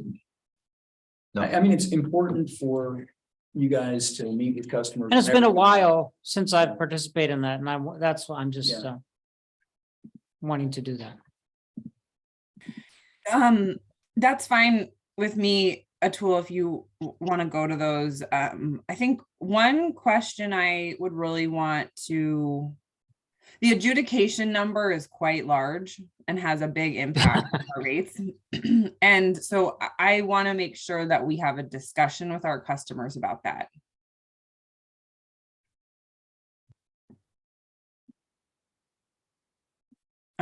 So that but I don't think we need to make it a public meeting. If Atul, you want to carry the baton for the commission. And I'll take that. Annette, will you be bringing that up at the customer meetings? Well, Well, the presentation to their customers is quite similar to this, plus some projected rates, which, as you can probably guess, are quite high. So I'm sure that it will be part of that discussion. But the presentations are Okay. very similar to this. Great. yeah, if you start breaking down the 450,000 that's in the budget, I would want to have a quick discussion with John as to how granular we would want to get on that. My role in that meeting is to be a listener, Right. not a participant, so to speak. And so what I'll do is I'll listen to what I hear customers saying and bring it back to the commission. A lot of times we And, don't get a lot of comments. Besides lower the rates, that's, but it is their opportunity to discuss anything that, or questions that they have. Right. And the fact that they know a commissioner's there, as you know, I'm sure it changes when commissioners attend it. We might get input, and I'll be happy to bring that back to the commission.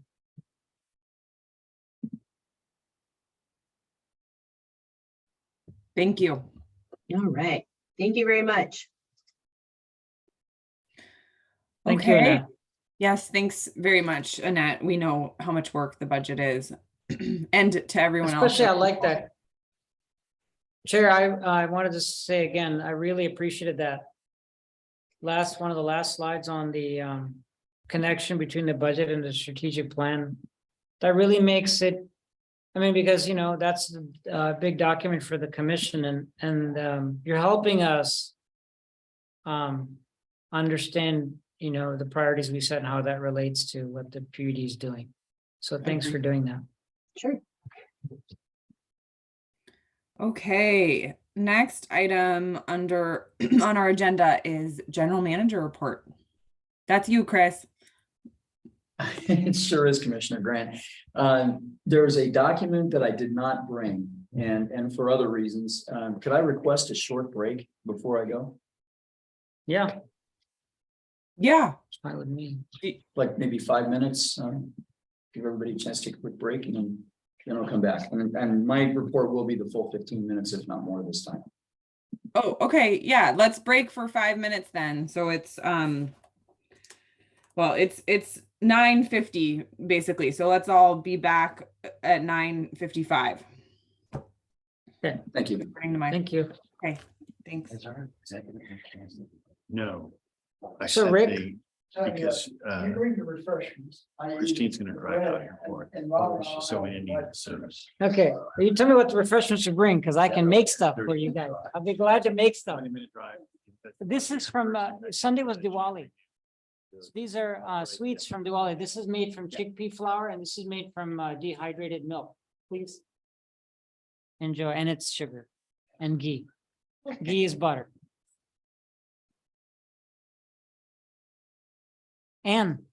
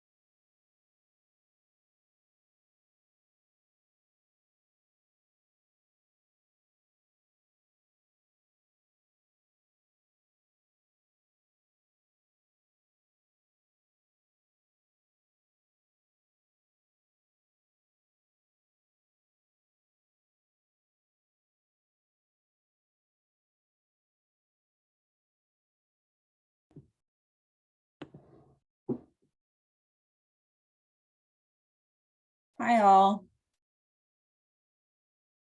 Are we good resuming the meeting? We're doing good. Great. Take it away, Chris. We are currently, just for everyone's benefit, we're currently at the general manager report. Take it away, Chris. And thanks for indulging me in a short pause. I'd like to call on Annette to share her screen. If you guys will recall, last time we met, we were talking about putting together some basic water overview. I think I characterized it as Water 201. And I put some thought to it, met with Commissioner Murphy, Steve and Rebecca, took a pass at this. And what we have are kind of the basic topics.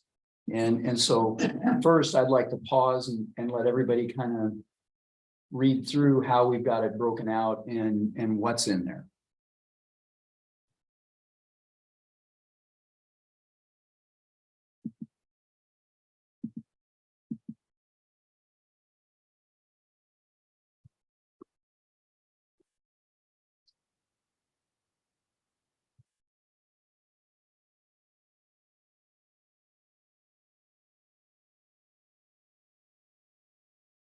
So as a relative newcomer to the region and a relative newcomer to the business, this kind of reflects the the massive amount of learning that I've done in the last 9 months, and kind of these are the buckets that it falls into. And so this is kind of how I now think about the business is structured like this. So let me, I have a couple of inputs. Okay. One is under the second section. The second to the last bullet, I don't know if you're already thinking of this, but including in there the roles and responsibilities for water in the county. And I think you're saying the same thing, how water is organized, but basically saying what falls under the county's purview and what falls under municipalities' purview and what falls under the PUD's purview. Right, and then broader under the various water associations and water districts. And the county's role as the provider of last resort and you know, strategically what role we should play there. That's what that bullet's intended. Okay, good. Okay, so it's already in your thinking. Yeah. Well, I hope, yeah. And then I'm not sure if it belongs in the second section or in the third section, but something about that describes the major water users, consumers, or municipal, and a little bit about the major water consumers, as well as explaining how, for example, the city of Bellingham and the PUD have the largest water rights allotment besides the tribes. A little bit of that kind of information, but where's the quantity of water currently committed? So the water rights claims and permits, the first line of the second section, that's where we were going to talk Okay, about how okay. all those various claims are allocated. So you're not just going to go into the subject of water rights claims, No. but you're actually going to explain what those are. What that means locally, yeah. Okay, okay, good, okay. And then on the customers down below, that's where we were going to talk about kind of consumption patterns and Okay. who they are and all that, but that doesn't include consumption for instance, Linden or Blaine or anything. I was looking at that just as our internal customers. Mhm. So I don't know if it would make sense to broaden it out or if that'd be too much of a No, reach. I think you're getting I was referring to the high level consumption of big users, and just to give a lay of the land of, you know, who the big consumers are, just people understand, because when we go through adjudication, obviously people are going to be looking for the people with the most influence in the conversation are the people who have the largest water rights. Well, larger rights and then by seniority. Mhm. So it's, yeah, it's really hard to adequately characterize that. And Yeah. fortunately, I think the way to do it is to adjudicate it, but we can take a swipe at our best understanding of what everybody's rights. I think and you've claims got, are. I think you're covering what I was asking about, so. So then down in the third section on costs and rates, it occurs to me that might be a place we could talk about our long-term customer contracts, stranded costs, those kinds of issues. But that discussion might be bigger than what we intend here. Mhm. And John suggested that at the beginning of the year, next year, we have you know, an overview of our long-term contracts and then have the stranded cost discussion and kind of have that as at a full commission meeting. Yeah, I think that's kind of worthy of its own standalone conversation. We can mention it there. I think so. So the purpose behind this list is essentially to set up a curriculum. And then Commissioner Grant, Commissioner Dashmani, you had indicated an interest and I have an interest in actually presenting this sometime in the next 2 months. Mhm, And it would be not during commission meetings, but we'd schedule some mhm. you know, off-cycle meetings, public meetings with Mhm. notice, and we'd bring it together. My sense is this is 2 90-minute sessions or possibly 2 2-hour sessions. And then this would become kind of a standard overview review that we would present at least annually, just as a reminder to everybody, but it'd be a great orientation for incoming folks too, both staff and elected. So Right, right. Maybe it's a good idea to do it early in the new year, Mhm. then from that perspective. Yeah, so I mean, in a sense, I really do want to do this so that, you know, number one of the drivers behind this was Mike and his desire to really participate in knowledge transfer and, you know, share his perspective and views after 24 years as a commissioner and living here his whole life. Mhm. So part of it was to capture that. That's why I want to do it this year. And then I'd probably do with our new elected commissioner, I'd do a one-on-one review early in the year. That would be this. And then we could have a review Okay. first of the next year. So you guys wouldn't necessarily see it 4 months apart or 3 months apart. But so if you guys are good with this in you know, concept, what I'll do is I'll start putting together the whole thing and try and get 2 dates, maybe 2 off-cycle dates in November, or 1 in November and 1 in early December, and we'll get this in front of you guys. Sounds great. Super. Well, that was easy. So the rest of this is going to be just normal updates. So the first thing is our public records request from John Humphrey is now 46,300 and counting. We still got significant work to do on that. I'm not sure where it's going to top out, but I do hope that we're done this year. That's still the goal. I think it's in the mid-November is the estimated date of completion. Their last tranche of documents were a lot of emails to go through. Thank you. Does he realize that we don't give awards out whoever hits the highest number? If you really want, I'll ask. No. You don't, you know. That's more good time after I thought bad. you liked me, Mike.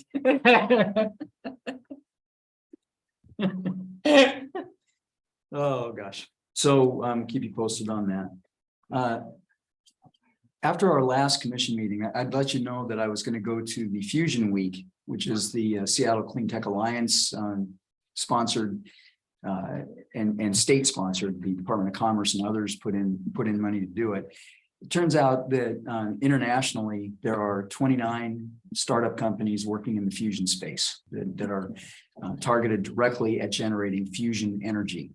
And if that seems like a lot, it kind of is. And they're all pretty well funded. People are chasing after it. People like, you know, Bill Gates and others are putting all kinds of money into non-carbon energy. And a lot of the venture capitals flowed into this. There are, my understanding, 28 of these companies are in the United States. 4 of them are in Seattle, in the Seattle area. And one of them had approached us for a possible site out at Cherry Point. It turns out that they're not that interested in that site anymore. They are looking now at a former power plant site that is a brownfield site. It's already got water and transmission and everything right there. And they will get all kinds of credits for cleaning up the brownfield. So, you know, I think that's a really good choice that they're making, even though, gosh, I wish they would come here instead.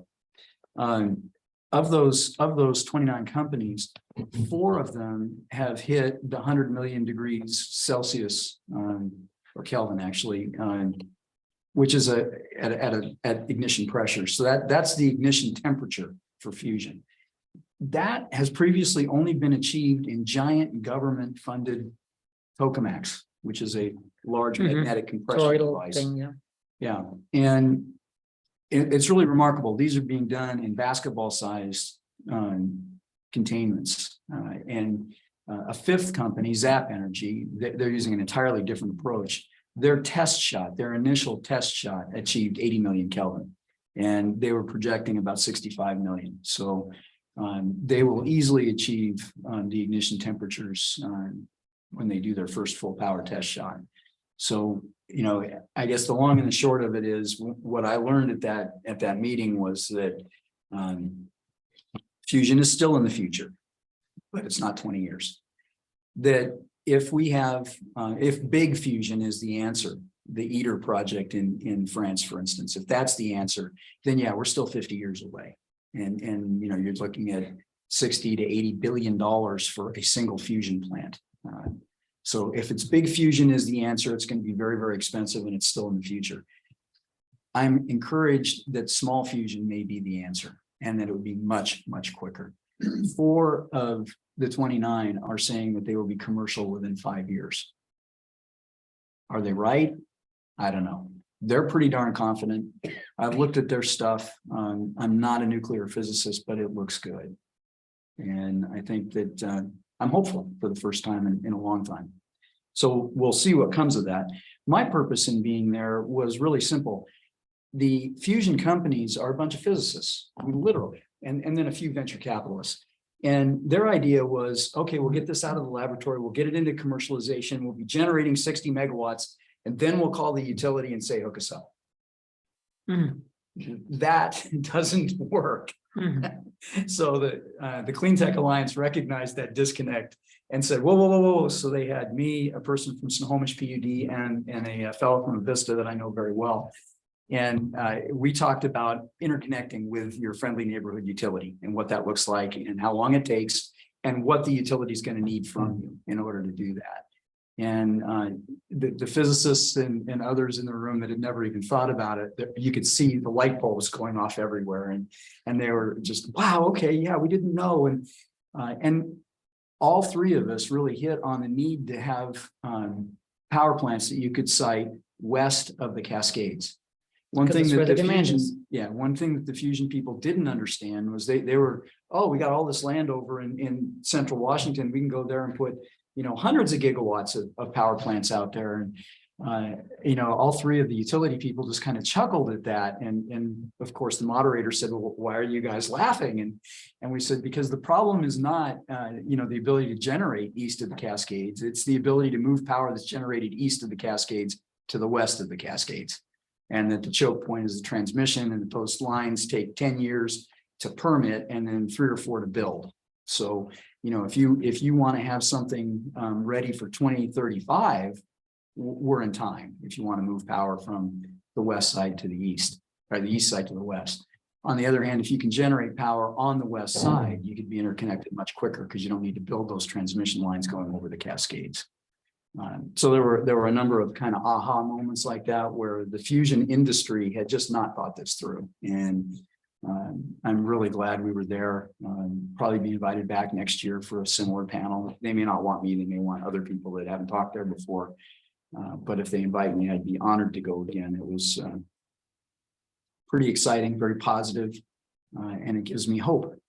I have always hoped for fusion, and it was always 20 years in the future, and I thought it always would be. And it looks like I was curious, what is their, I mean, for PUD's perspective, what are the balance of plant needs for these facilities? What do they need for water? Yeah, so they hadn't thought that through, and what I suggested to them was to get a hold of NewScale, and there are a couple of other engineering firms that we could, you know, recommend as they look at these things, but they hadn't thought that through, and you know, they hadn't even thought through. They were looking at once through cooling, and I said, well, you can do that, but the water use is enormous if you do once through cooling, and I said you got to do dry cooling, and then, you know, if you've got a 400 megawatt plant that's dry cooled, you're going to still need 20 to 30,000 acre feet a year.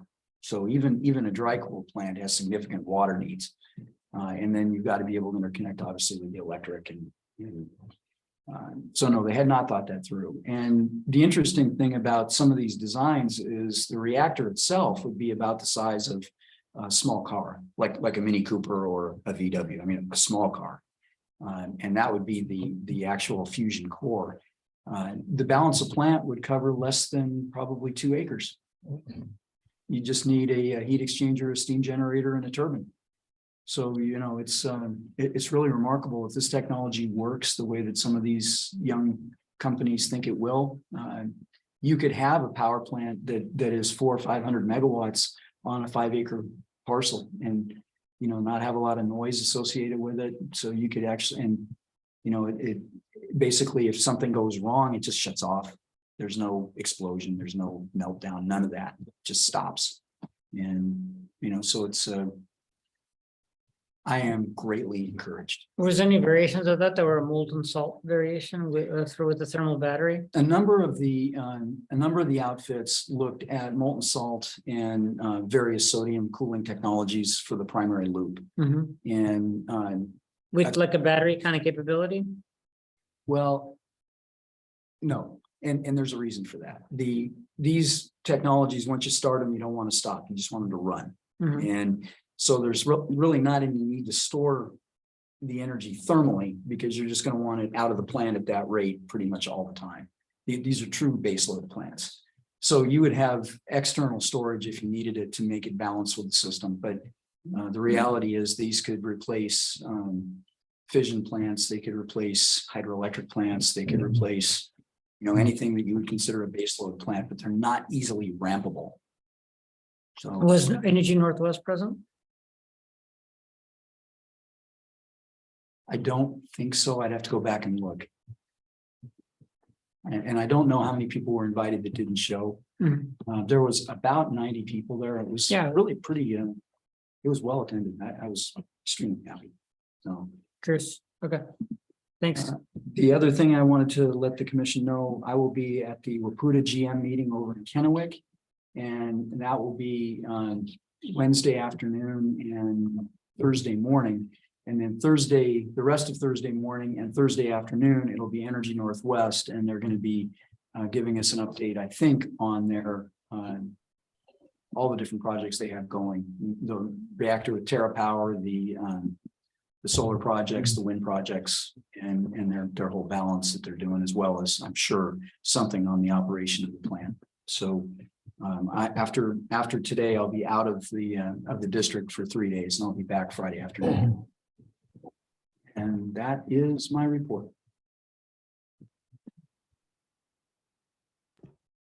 Thank you, Chris. Moving on to our operations report. Brian. Yes, good morning, commissioners. I'm going to spend the majority of my comments on water operations, but I did want to mention one, I consider it good news regarding the electric operations. As of yesterday, our contractor, Patalco, started remobbing at the Ferndale substation site to move forward on completing that project. So at the risk of jinxing the project, right now I project that it'll be done, the end of first quarter 2023 or early second quarter. That's the hope. So let's hope we can push that one through to the finish line. On water operations, I wanted to address, I think Commissioner Grant had a conversation with Chris regarding the impact of low water river flow on water operations. So I wanted to touch on that a little bit. Sort of in general, we've got two major impacts on those water intakes. And by impact, I mean anything that will slow down or impede the flow of water into the intakes and then into our system. And the two things, and we've talked about it before, are basically frazzle ice in the winter or fall winter that clogs up our intake screens, or high sediment load in the river, high turbidity, that likewise will clog the screens and pile up on the inside of those intakes. And if you look at the two water plants, Plant 1 is the one that's most impacted, just because of its design and also because of where it sits in the water down there below the Ferndale Bridge. So I'll focus most of my attention on water plant 1, and I'll give you some statistics. And I want to address the low river flow issue. And my source of data that I'll use is the USGS Ferndale gauge that really is a good indicator of what river levels are just upstream from plant 1. They measure temperature there, and they also record turbidity as well. So if you look at that gauge station, the lowest river level that's ever been recorded there was in November 1988.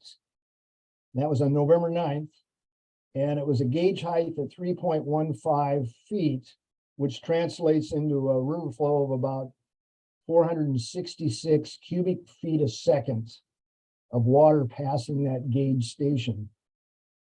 If you look today at the river flow going past that same point, it's about 400 and, excuse me, in October 1988, October 25th, the river level, the lowest recorded on that date was 477 CFS, slightly more than the lowest ever recorded.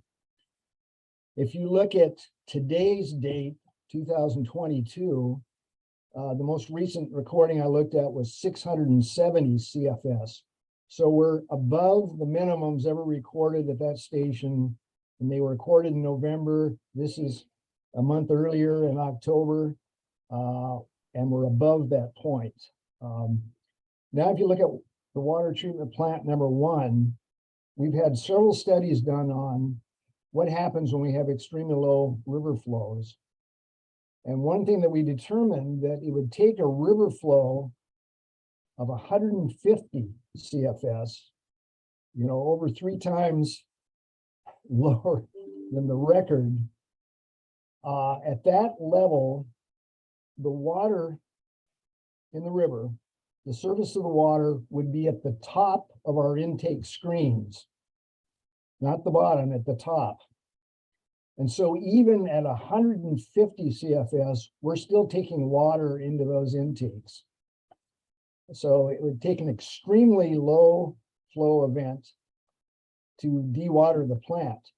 The real problem for us isn't the water per se, it's sedimentation. At low flow, we get more sediment piling up either on the screens or coming through the screen, piling up on the inside in those intakes.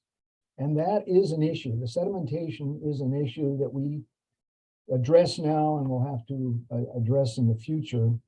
And typically what we do is we'll bring in divers once or twice a year to check the condition of the screens and then do some cleaning if necessary. In fact, we have divers, we're trying to schedule them now. We found a bunch of material that had come through the screens piling up on the inside that they're going to need to clean off and get that sediment away from that area. It's a sediment load is a pretty high load we haven't seen in a while, and it needs to be taken care of. So that's the real issue for us. It isn't low river flows, it's sedimentation.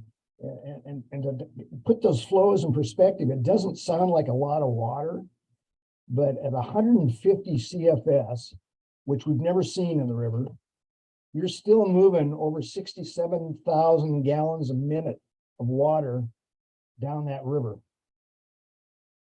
And if you further put that in perspective, we're moving right now for both water plants about 10 million gallons of water a day. In terms of gallons per minute, that's 6,900. So we're taking 1/10 of the water that's moving down that river when that river is at a flow that's never been seen before. So we're in good shape there. We just mechanically, we have to increase our maintenance efforts to keep sediment out of there. And I guess the other thing I can say is, you know, you look at the intakes, water comes in through the screens, through the openings in the intakes, and fills up our what we call wet wells. And so we monitor that water column in the wet wells. We've got alarms, so if the water level gets too low in that wet well, we turn off the pumps because we don't want to dewater the pumps, expose them, and have those pumps cavitate. We, at low flows or fragile ice, we'll have periods where, particularly at plant one, we may have to shut down the pumps in one of the water wells. But because we rebuilt that plant in 2004, we've got one wet well is actually 8 feet deeper in terms of elevation than the other one. So even if we shut off one of the wet wells, we got significant water coming in, and we still got plenty of water to pump out to the customers. So I think we're still okay, but we have to look at it from a maintenance perspective and keep on top of it. The other thing I mentioned, I think Chris brought up about the drought plan. There was no triggers this year that forced the plan into action.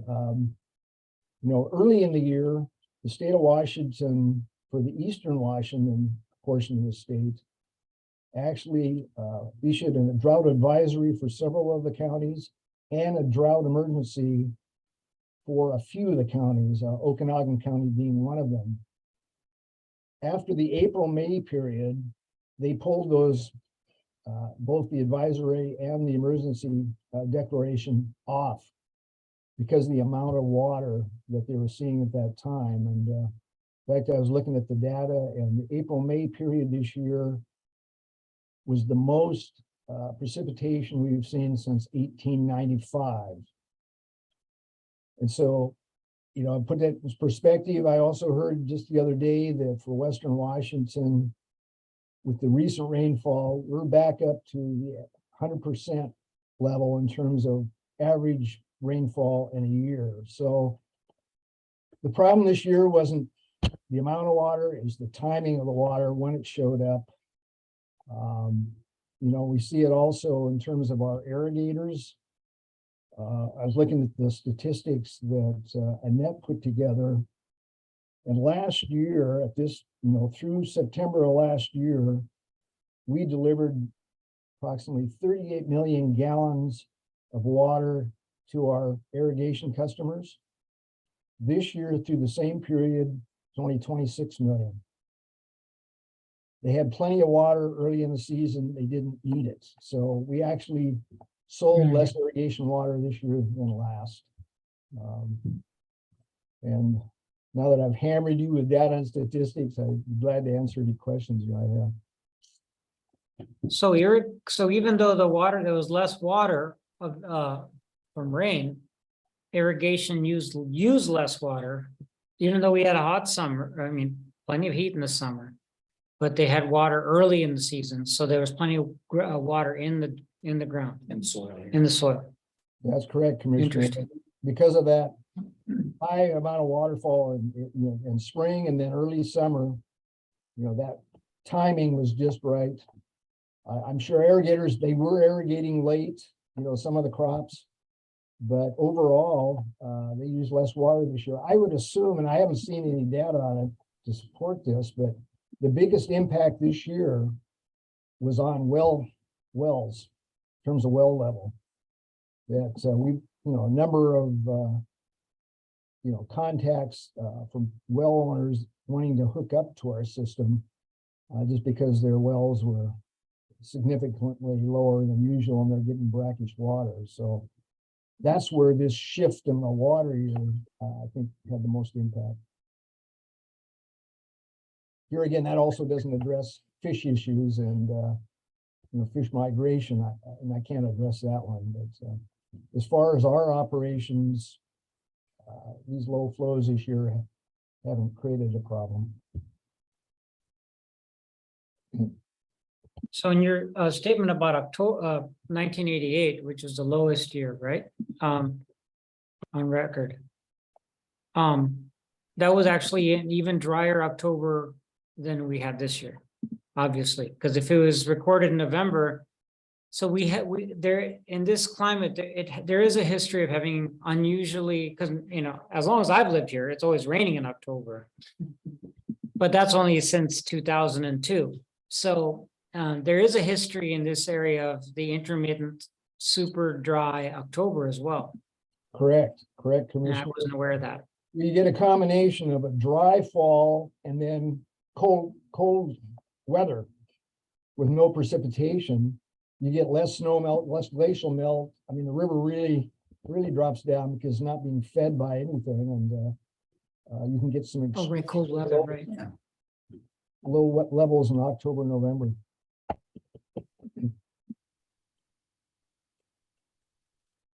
Thank you for that update, Brian. You're welcome. Is that it from you today, Brian? That's all I've got. Okay, well, thank you very much. Moving on to commissioner reports. Commissioner Murphy, would you like to go first? Yeah, I've been spending time with Chris on coming up with well, actually, we've been talking back and forth about what should be on the workshops for water. So I spent time with that. I've been out talking to a number of people about water issues in Whatcom County and their concerns and things. And it seems like enough water is flowing down the Nooksack to meet our customers' needs, but I can't say that for homeowners and some of the farmers with their creeks, their streams almost empty, and some are very low. In fact, it's not going to benefit them. So there are still areas in Whatcom County that I would say fell into our drought contingency plan that I don't think we used it all. Did we open that up, Chris or Steve? We've approved it, but we haven't reinvigorated the committee. Okay. So it looks like we're going to get by this year because in time with the rain coming back, it'll change, but strongly encourage everybody maybe to pull that out and dust it off each year before we get to this time and see if we can be some assistance to the area. At least talk about it. Otherwise, that's all I've done, Christine. So can I follow up with something, Commissioner Murphy, on what you talked about? Sure. So from what I understand, the drought plan that the PUD prepared is triggered by state action, not by local action. So what I'm wondering is that when we have individual, even neighborhoods, communities at the local level experiencing difficulties, what method do we have, not on our own? I would think that maybe something we should explore with the county to bring resources and support as would be appropriate, and I don't know what those are, to support people who are experiencing drought. Because, you know, I mean, there's all these subbasins and they all have different experiences. And the state is a good catch-all for big weather threats, but individual communities can suffer uniquely difficult situations. And I'm wondering, do we need, and it's a question, I'm not saying we need it, I'm just saying it's a question to ask of our water team, is that what do we have in place to and is this something worth exploring with the county, a way to address the needs of community members who are experiencing drought? So if you think through the mechanics of what that would look like, it would either be to build pipeline to a location. We don't know where the drought's going to happen because it's going to be pretty specific, or have the ability to put the water into a tanker truck and, you know, meter it and send it off. We can do that. So it's a matter of somebody requests it, we can do that. We would do it at cost, and that's a pretty darn expensive way to deliver water. It is expensive. It is, but you know, we can do that today. And I know we have the meters. Where's Brian? Brian, he's told me we have the meters, we can meter off the hydrants using the fill trucks. So we've got the ability to do things like that. But we don't have. We can't deliver drinking water like that. No, it's our industrial water. Yeah. Yeah. The what we don't have is any kind of a mechanism for someone to reach out to us.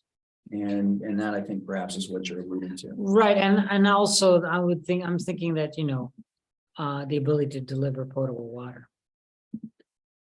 Well, the only place where we develop significant amounts of potable water is in our Grandview project. And that's not set up to transfer large quantities off And I'm just There'd be- suggesting there'd that be a big maybe we capital work, spend maybe to the do county that. can provide the funding for us to be able to have provide a tanker truck of potable water to people who don't have water.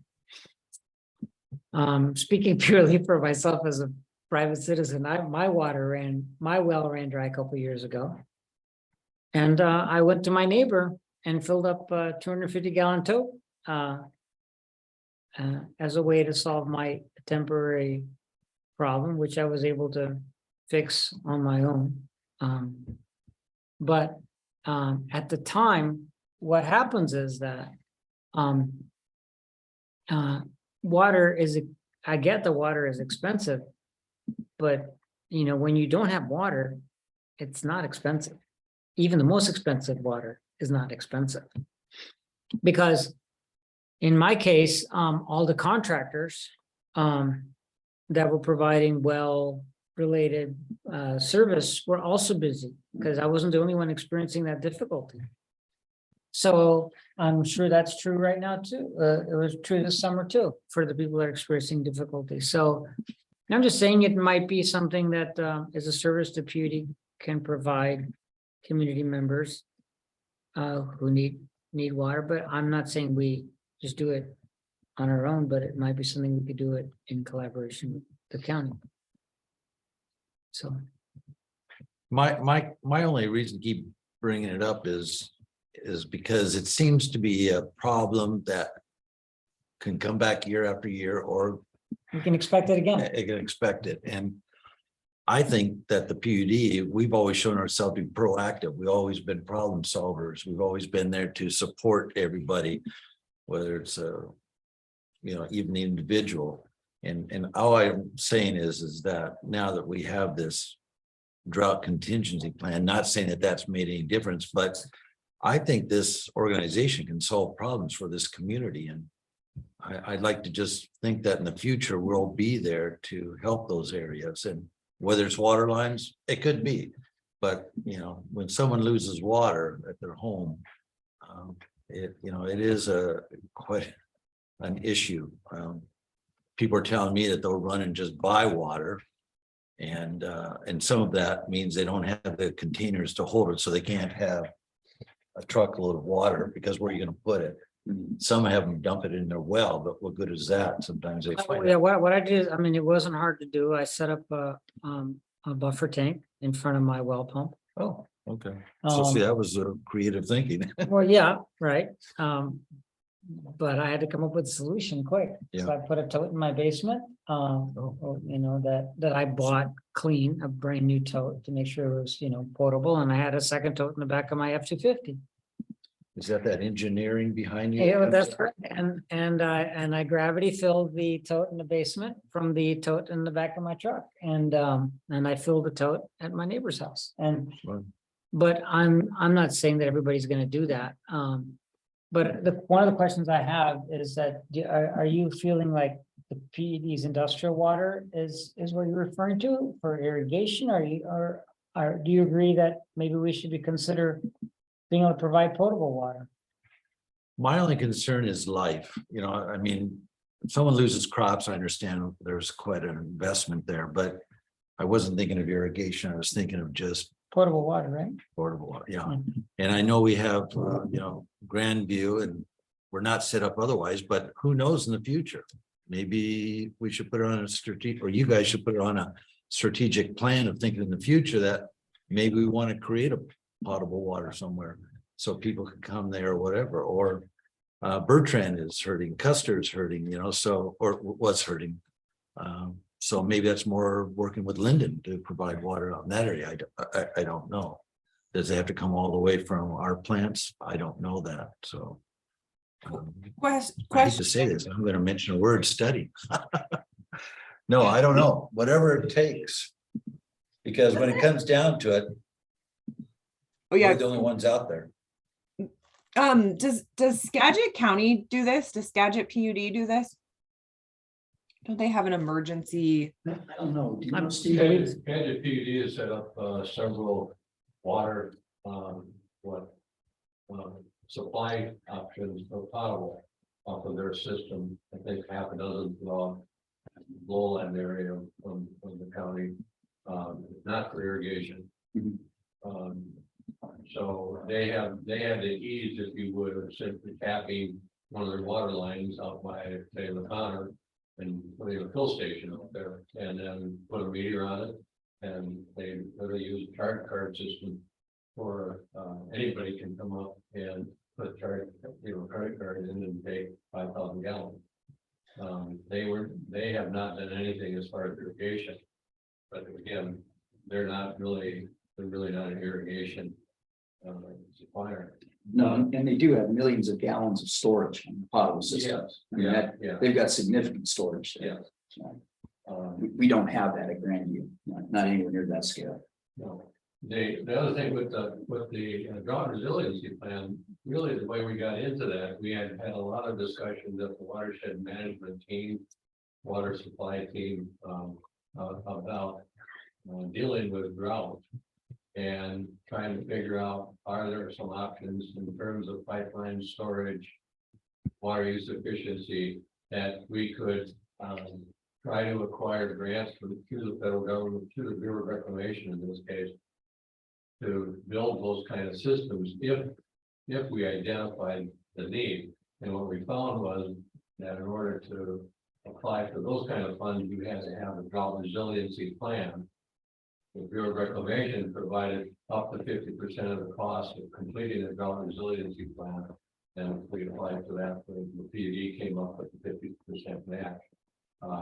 And through the process of developing the drought resiliency plan, we identified several different quote types of projects, pipeline storage, water use efficiency, that we could then move ahead if we decided to apply for funds through their Water Smart program. That's where the drought resiliency plan was completed.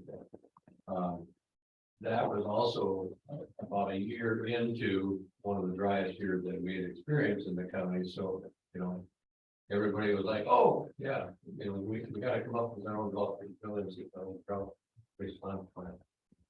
We completed the plan. We had attendees and participation from the tribes, from the city of Nottingham, from most of the small cities, First State Water and Sewer District, us, a couple of participating public members, and we had that approved by the state or by the Bureau of Reclamation, and they actually highlighted us at a couple of national symposiums on how we went about it, it's a big deal.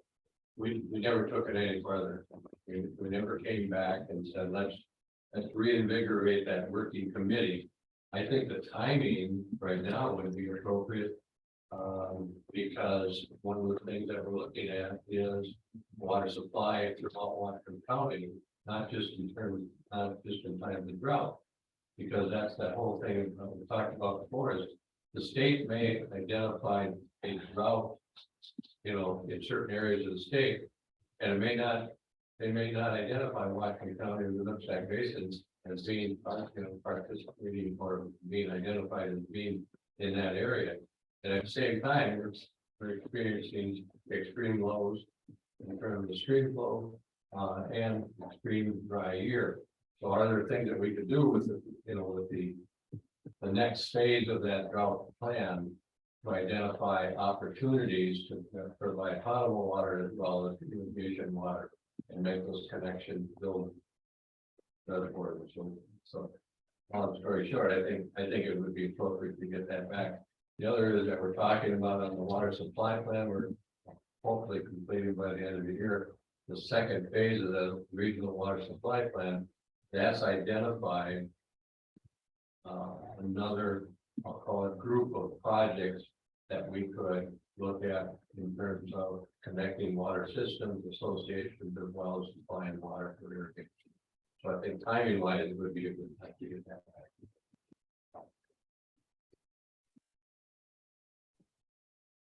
Thanks, Steve. I'm done, Christine. Okay. Yeah, the one meeting I attended, we already talked about in the broadband update, so. And of course, we talked about the November 2nd meeting, so. That's it for me. Okay.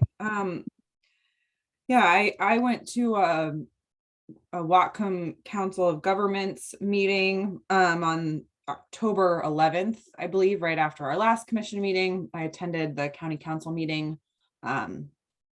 which there was a discussion on broadband. And then attended a TAG Northwest meeting. I wanted to put reached out to the Nooksack Salmon Enhancement Association, and they do several work parties every year. And I know Commissioner Murphy, you've attended those and have spoken fondly of them. And I discussed a little while ago with Chris the idea of kind of doing a PUD habitat restoration work party with NC, and they're doing one on November 19th at Terrell Creek up in Blaine. And it's already organized, so there'll be other people there, but I wanted to just run the idea of us kind of, and of course it would be optional for everyone, but kind of getting the PUD involved in that work party. It'd be a Saturday it starts at 9 a.m. So I think I'm planning to go, and I don't know that we need to make it an official thing. And if two commissioners go, John, you can let us know if that means that we need to make it a special meeting. But I think it could just be a good bonding experience if folks want to get out and help with habitat restoration. I think just attending and volunteering is not a special meeting. You're not discussing or doing any business. If you thought you were, or you wanted to add more than required transparency, you do a special meeting notice. So Okay. harm in the special meeting, but I don't think it is a meeting by definition. No. However, Christine, if the public wants to keep an eye on us commissioners, they're all welcome to come and bring a hole with them or whatever. Exactly. Maybe the notice Yeah. brings out more volunteers. Well, we have a little time before then.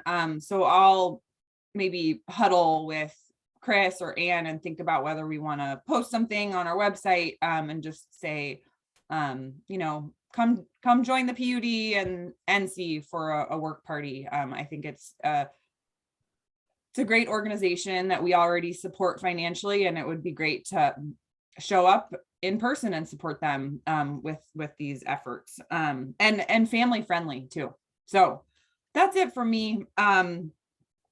And I am planning to attend the county council meeting this afternoon too, virtually.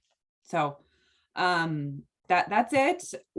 We have our next public comment period on the agenda. So please come up to the microphone if you're in person and would like to make a comment, or raise your hand if you are joining virtually. There's nobody in person that wants to comment. Okay, and I am not seeing any hands online. So No hands online either. Okay. Great. Well, we are now moving on to our executive session. We are going to be doing a review of the qualifications and or performance of a public employee, and discussing potential litigation related to water rights adjudication. And our estimated time for that is 60 minutes, it looks like.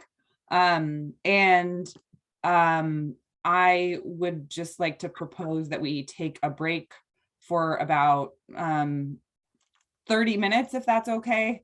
I'm planning to join in person, and we'll try to get there as quickly as possible.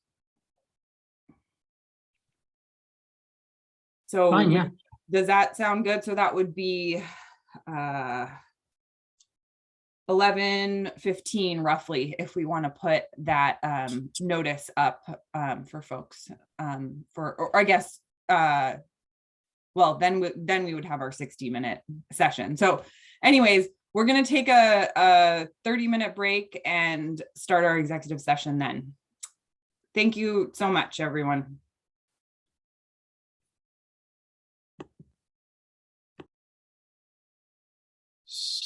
So this meeting will not end till almost 12:30 then. 12:15, yeah. Okay. Do you run into time problems, Mike? No, no, my stomach will growl, but if you don't mind. I won't take it personally.